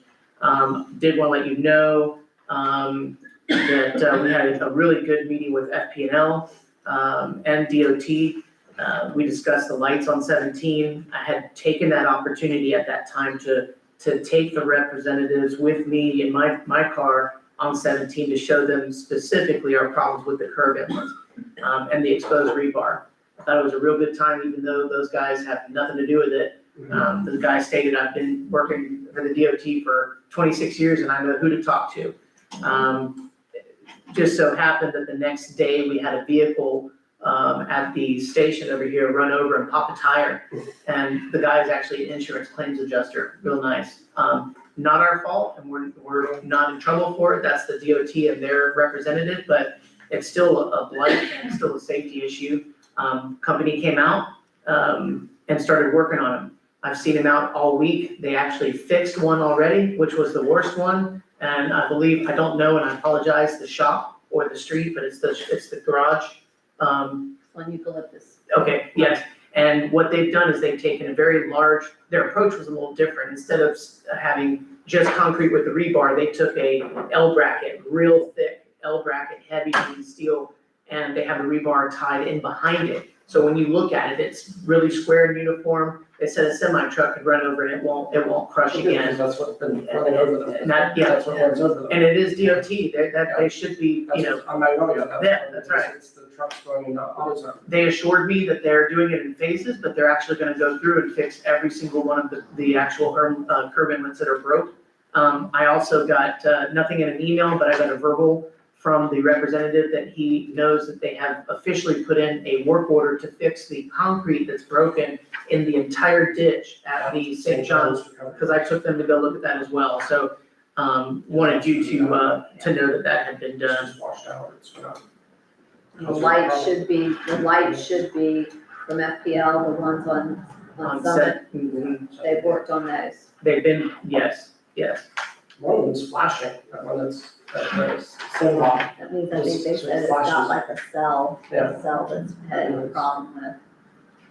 Not working. If there's anything particular you want to do or ask, I wanted to highlight Steve's done a great job working with the auditors, continuing that grind. I believe we only have, I think, one item left. Yeah, one open item. One open item left, so we are getting very close to being done with that. And that's kudos to Mr. Steve, our finance director. Thank you, Steve. Thank you, Steve. That's important. Very important. Can we go home? No, I've got a couple of things. Statement revenue and expenditures in our greenscape agreement that we've only received, it looks like we've only received $8,600. That has to be billed. I think that's with FDOT, and I believe you have to bill that. Okay, At the clerk, and I never Which knew one why was the it, Mayor? clerk, it's on your greenscape agreement. okay. But, and I think the clerk at one point might have done it, I'm not sure why she would have done it, because that really should have been either the finance, We've found that before, Madam Clerk, where the previous clerk had been paying some of those DOT bills. We've and I looked at didn't that. I don't know understand why that was. Well, our practice will be where it needs But to go. please make sure we do that, because, Mhm. you know, that's lacking, and they won't pay that until you submit that bill.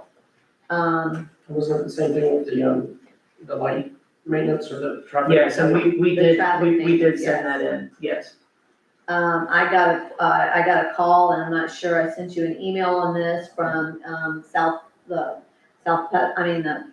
Christian Service Center. Yes, I did get your email on that. And so please look into that, I will. because she's asked about that, and it looks like there's only 300 remaining. I don't know if the library, do you know if the library, Ms. Nancy, if the library received their 300?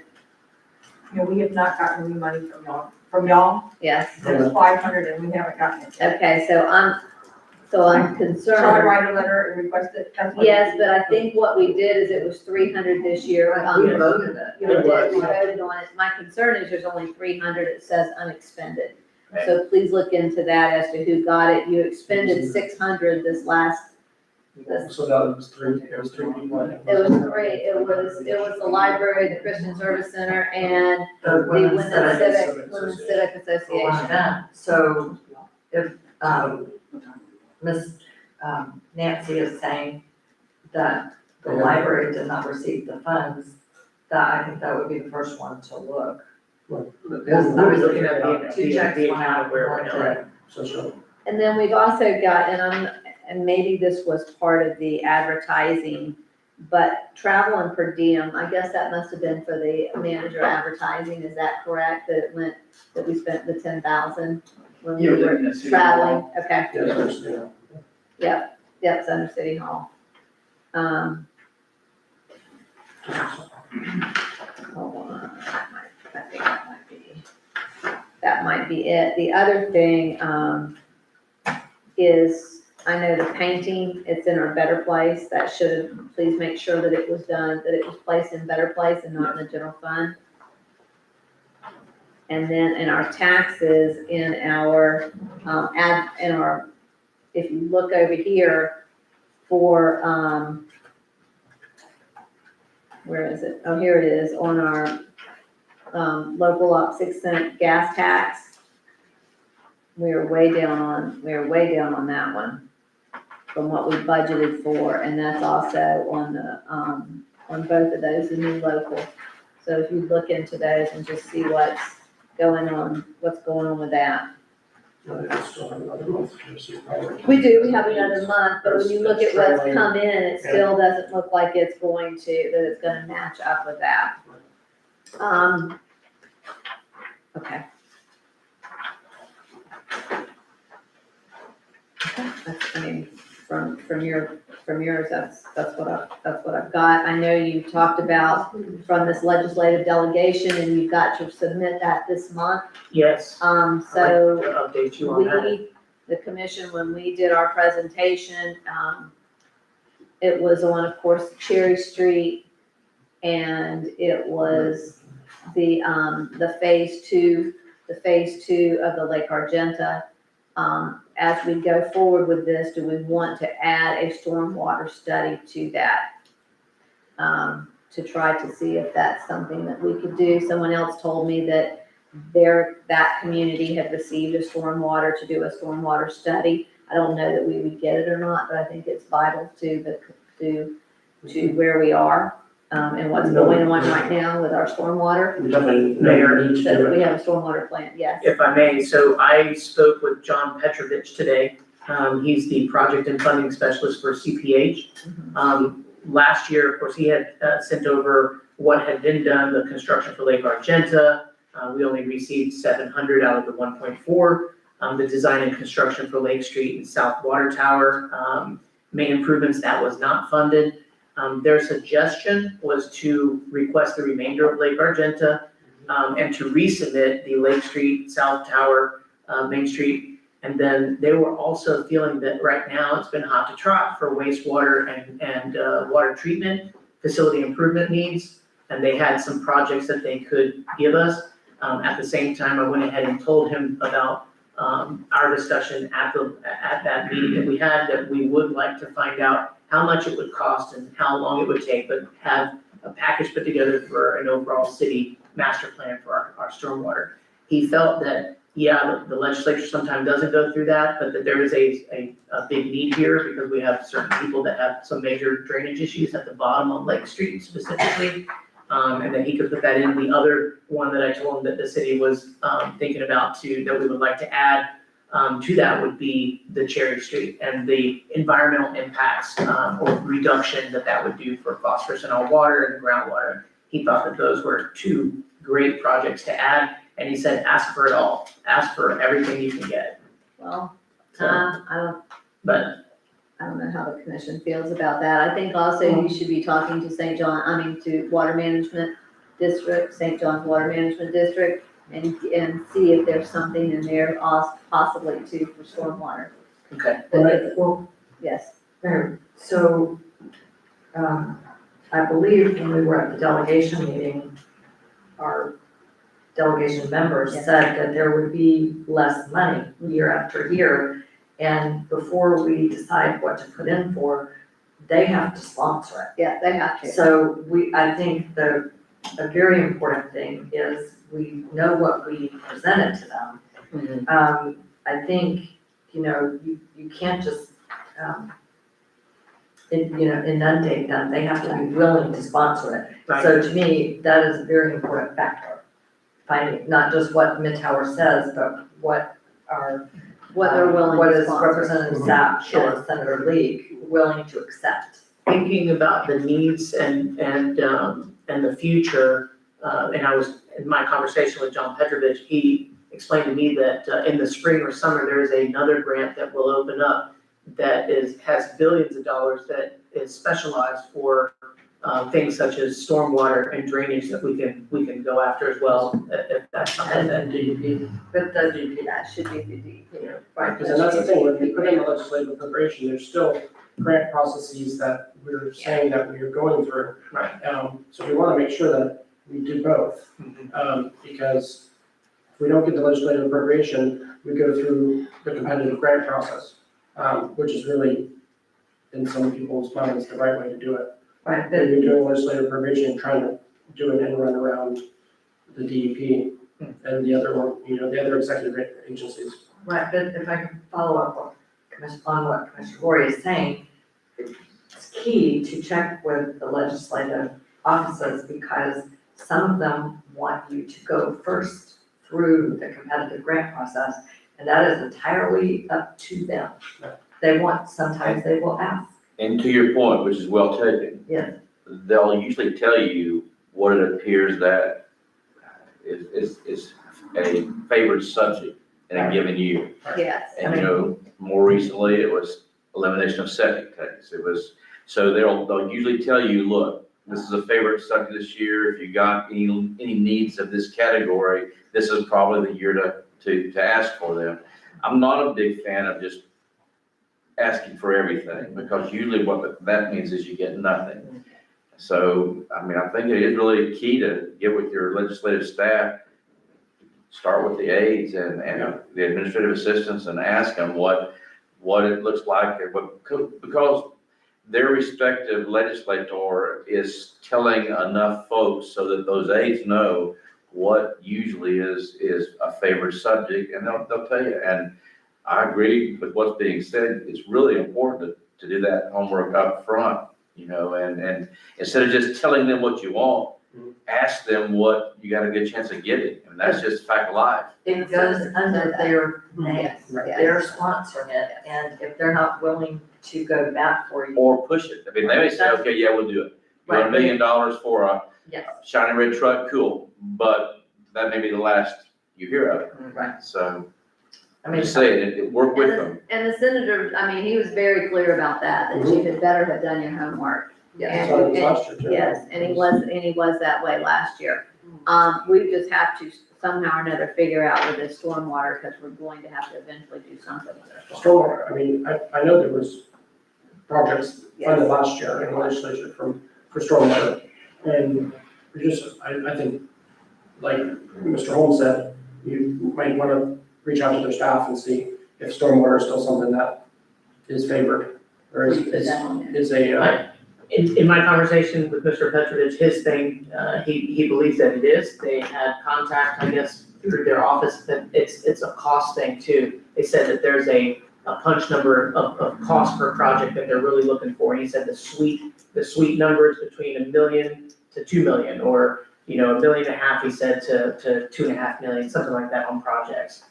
Well, right now where we had one at 500, I believe, and one at 700,000. Correct. So we were very conservative, Yeah. and I think that's where, I mean, we have to look at what we also got last year and what they sponsored last year. Sure. And we can't be, I mean, you know, we can't be greedy.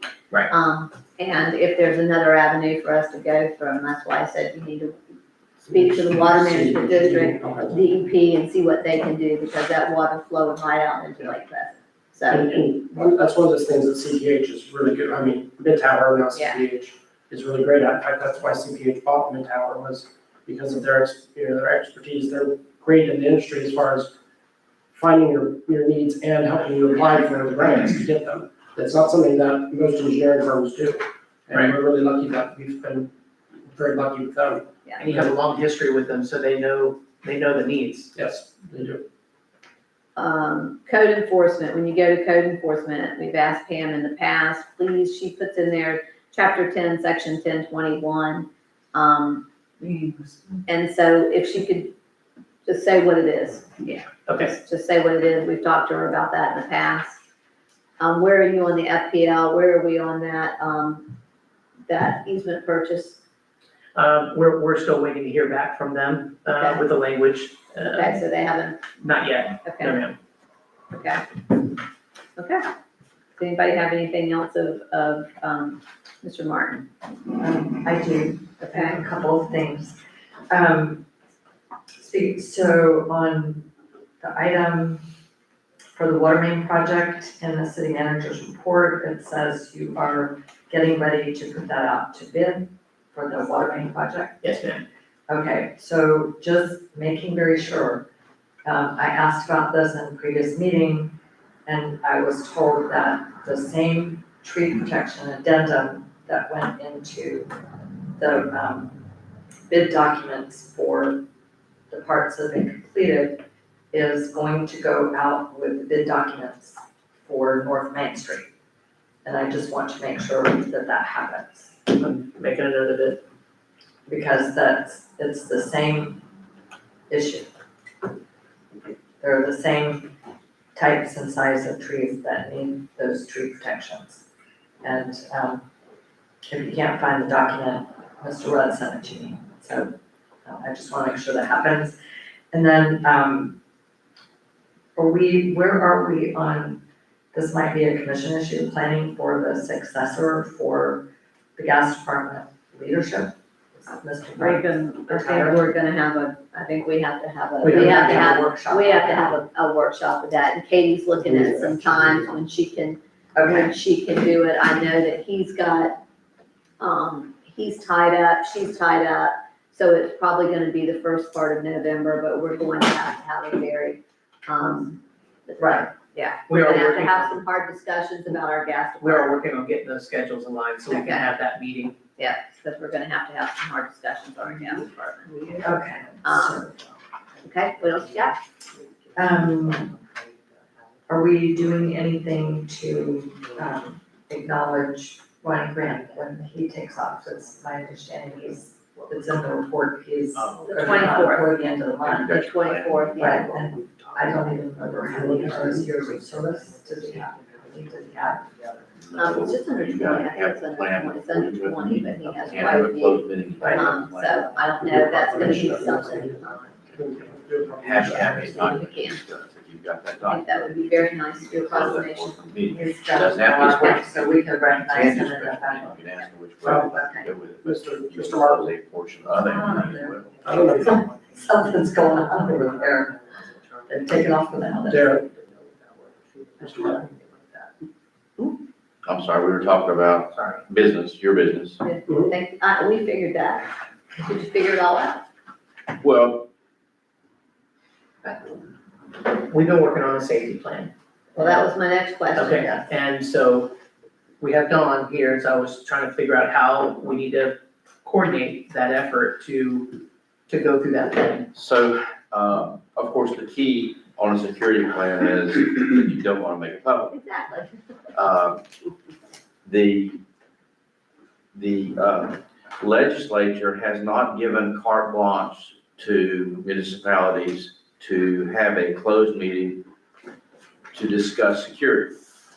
They have made an exception to the open meeting rule and to the public record rule for you to discuss a security plan. It may sound semantics, like semantics, and I guess to an extent it is, but the way the case law is worded is that if, for instance, the city manager brings a written plan for your consideration, that portion of the meeting at which the plan is discussed is closed to the public. You still have to make, so you can discuss it, closed to the public. It's pretty clear. You still have to have it recorded, and you still have to make a transcript of the meeting, but that is not a public record. That's a sealed record.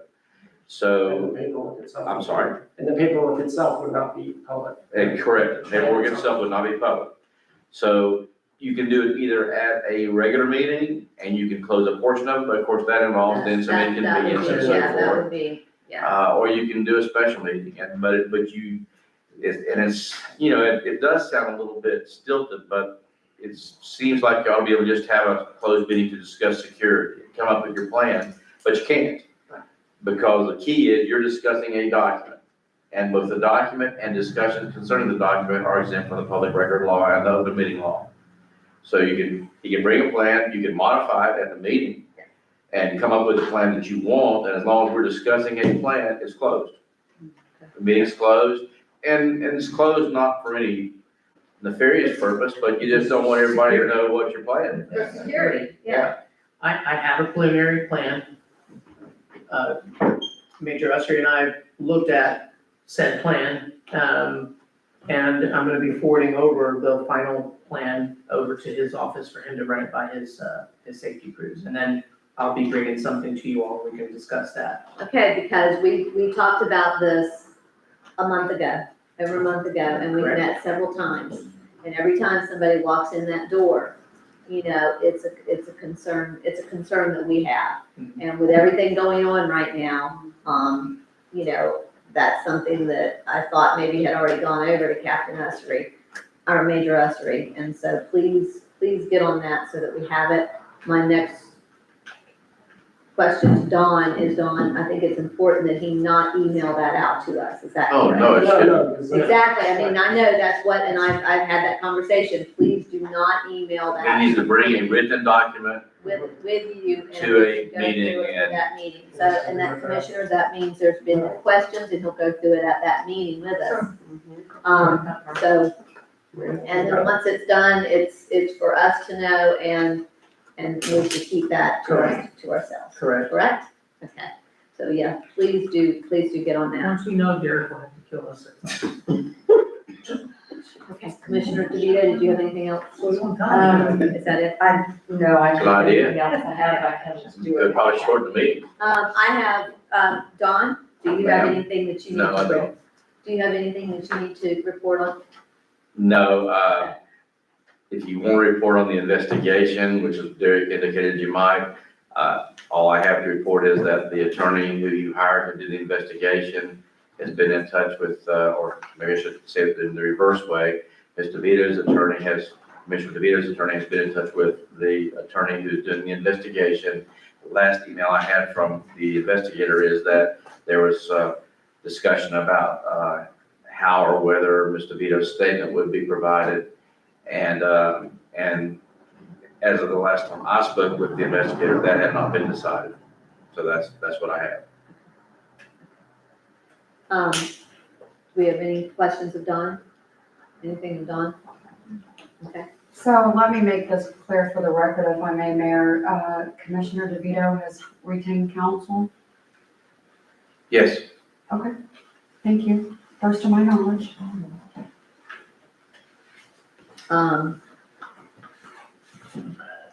Two things. That's what I've been advised. I've not been contacted directly by any attorney, but the investigator advised me that, yes, counsel had been retained and had contacted the investigator. Thank you. Two things that, I think I just really fast and then we need to leave. Y'all might want to, Thomas, Alex, you might want to go ahead and call, just so that, but the county, put in place impact fees as of September 5th. And, those impact fees are going to impact us. And unfortunately, they did not realize that until after they put those impact fees in place, that because we don't have impact fees in place, that those impact fees are going to affect us. I reached out to Commissioner Newbold and said, how'd this happen without the municipality's input? Because none of us were ever notified. We weren't notified, none of the municipalities, and I met with the mayors on Tuesday, and none of the municipalities were notified of this. And so they're all trying to figure it out. So I think that's something that, I think we need to direct Mr. Martin to please work very closely with Mr. Suggs. Julianne, is the one that I guess is the guru. Julianne Young is the guru on that, and find out how that's going to impact our residents here in town, because we need to make sure that they're made aware of it. And they said to me, the comment came back, we'll have you, but we all know that to do an impact study, it's gonna cost us a significant, amount of money. So we just have to find out what those impacts are gonna be, how much they're gonna be. But those did go into effect on September 5th. The other thing is Commissioner DeVito, you had asked the chamber if they would be willing to host a public, That was That Commissioner was Lloyd. a suggestion, I think. okay. That was his Okay. suggestion. His suggestion, they said no. Oh, they will not host. They said no, they said that they felt like it was, creating an unrealistic expectation for the public and giving false hopes, because quite honestly, they don't know that, that's going to change, that's going to do anything to change their mind. They talked about business retention grants, and I said, I don't see how that would apply in this case, because we're dealing with Aldi's gonna do a conversion but possibly if Winn-Dixie wanted to come back in, Southeastern Grocers, that there could be new business tax incentives by both the county and the city. But she said it in a very nice way, but she said, I just want to share that with you, that she really felt like there was some unrealistic expectations, and I said, I understand, and I will share that with the commission. And it is, but I understand where she's coming from. Also, please remember that Northeast, we have our meeting next Thursday. If you need reservations, please make those. Is there anything else? Huh? Yeah, well, Actually, you always want to just. I know. Okay, so back to what the chamber told you, is our point as to our desire to retain a full service grocery store. This was several months ago. And she expressed a willingness, if we have a one-on-one, to have someone go with us. And she told me then, I think I shared that with you, about the idea of business retention grants, that was something that we could offer. But when she talked to me, she strongly recommended really trying for the one-on-one meeting with Southeastern, because they have to. I've asked that, they know that we would like that, so. So, and she suggested that we have a discussion and we get a game plan together about what do we feel we can offer them, even if it's intangible. And of course, business, I don't know anything about county retention grants, so it would be nice if she could flesh that out. Well, that really, okay, and like she said, and that's with ad valorem, that's using ad valorem Right. dollars that we would waive some ad valorem and the county could possibly, but I said to her, I said, don't see how that's gonna help us, because that's Aldi owns Winn-Dixie. So Aldi owns Winn-Dixie, and so they're doing the conversion. If Winn-Dixie decides to come back in and rebuild somewhere else, then that's where you would have the new business tax incentive. She is excited. I guess there's a big 6,000 home development that's going in over in Flagler County, and thinks that will tremendously benefit us.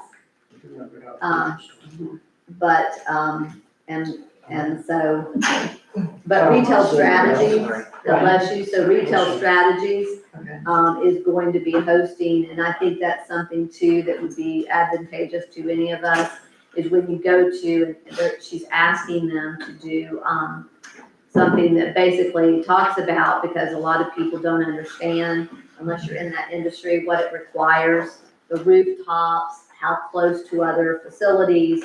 And so retail strategies is going to do, she's hoping that they'll do a presentation on that. A presentation to who? To, I guess whoever shows up for it. Oh, and that was one question I had.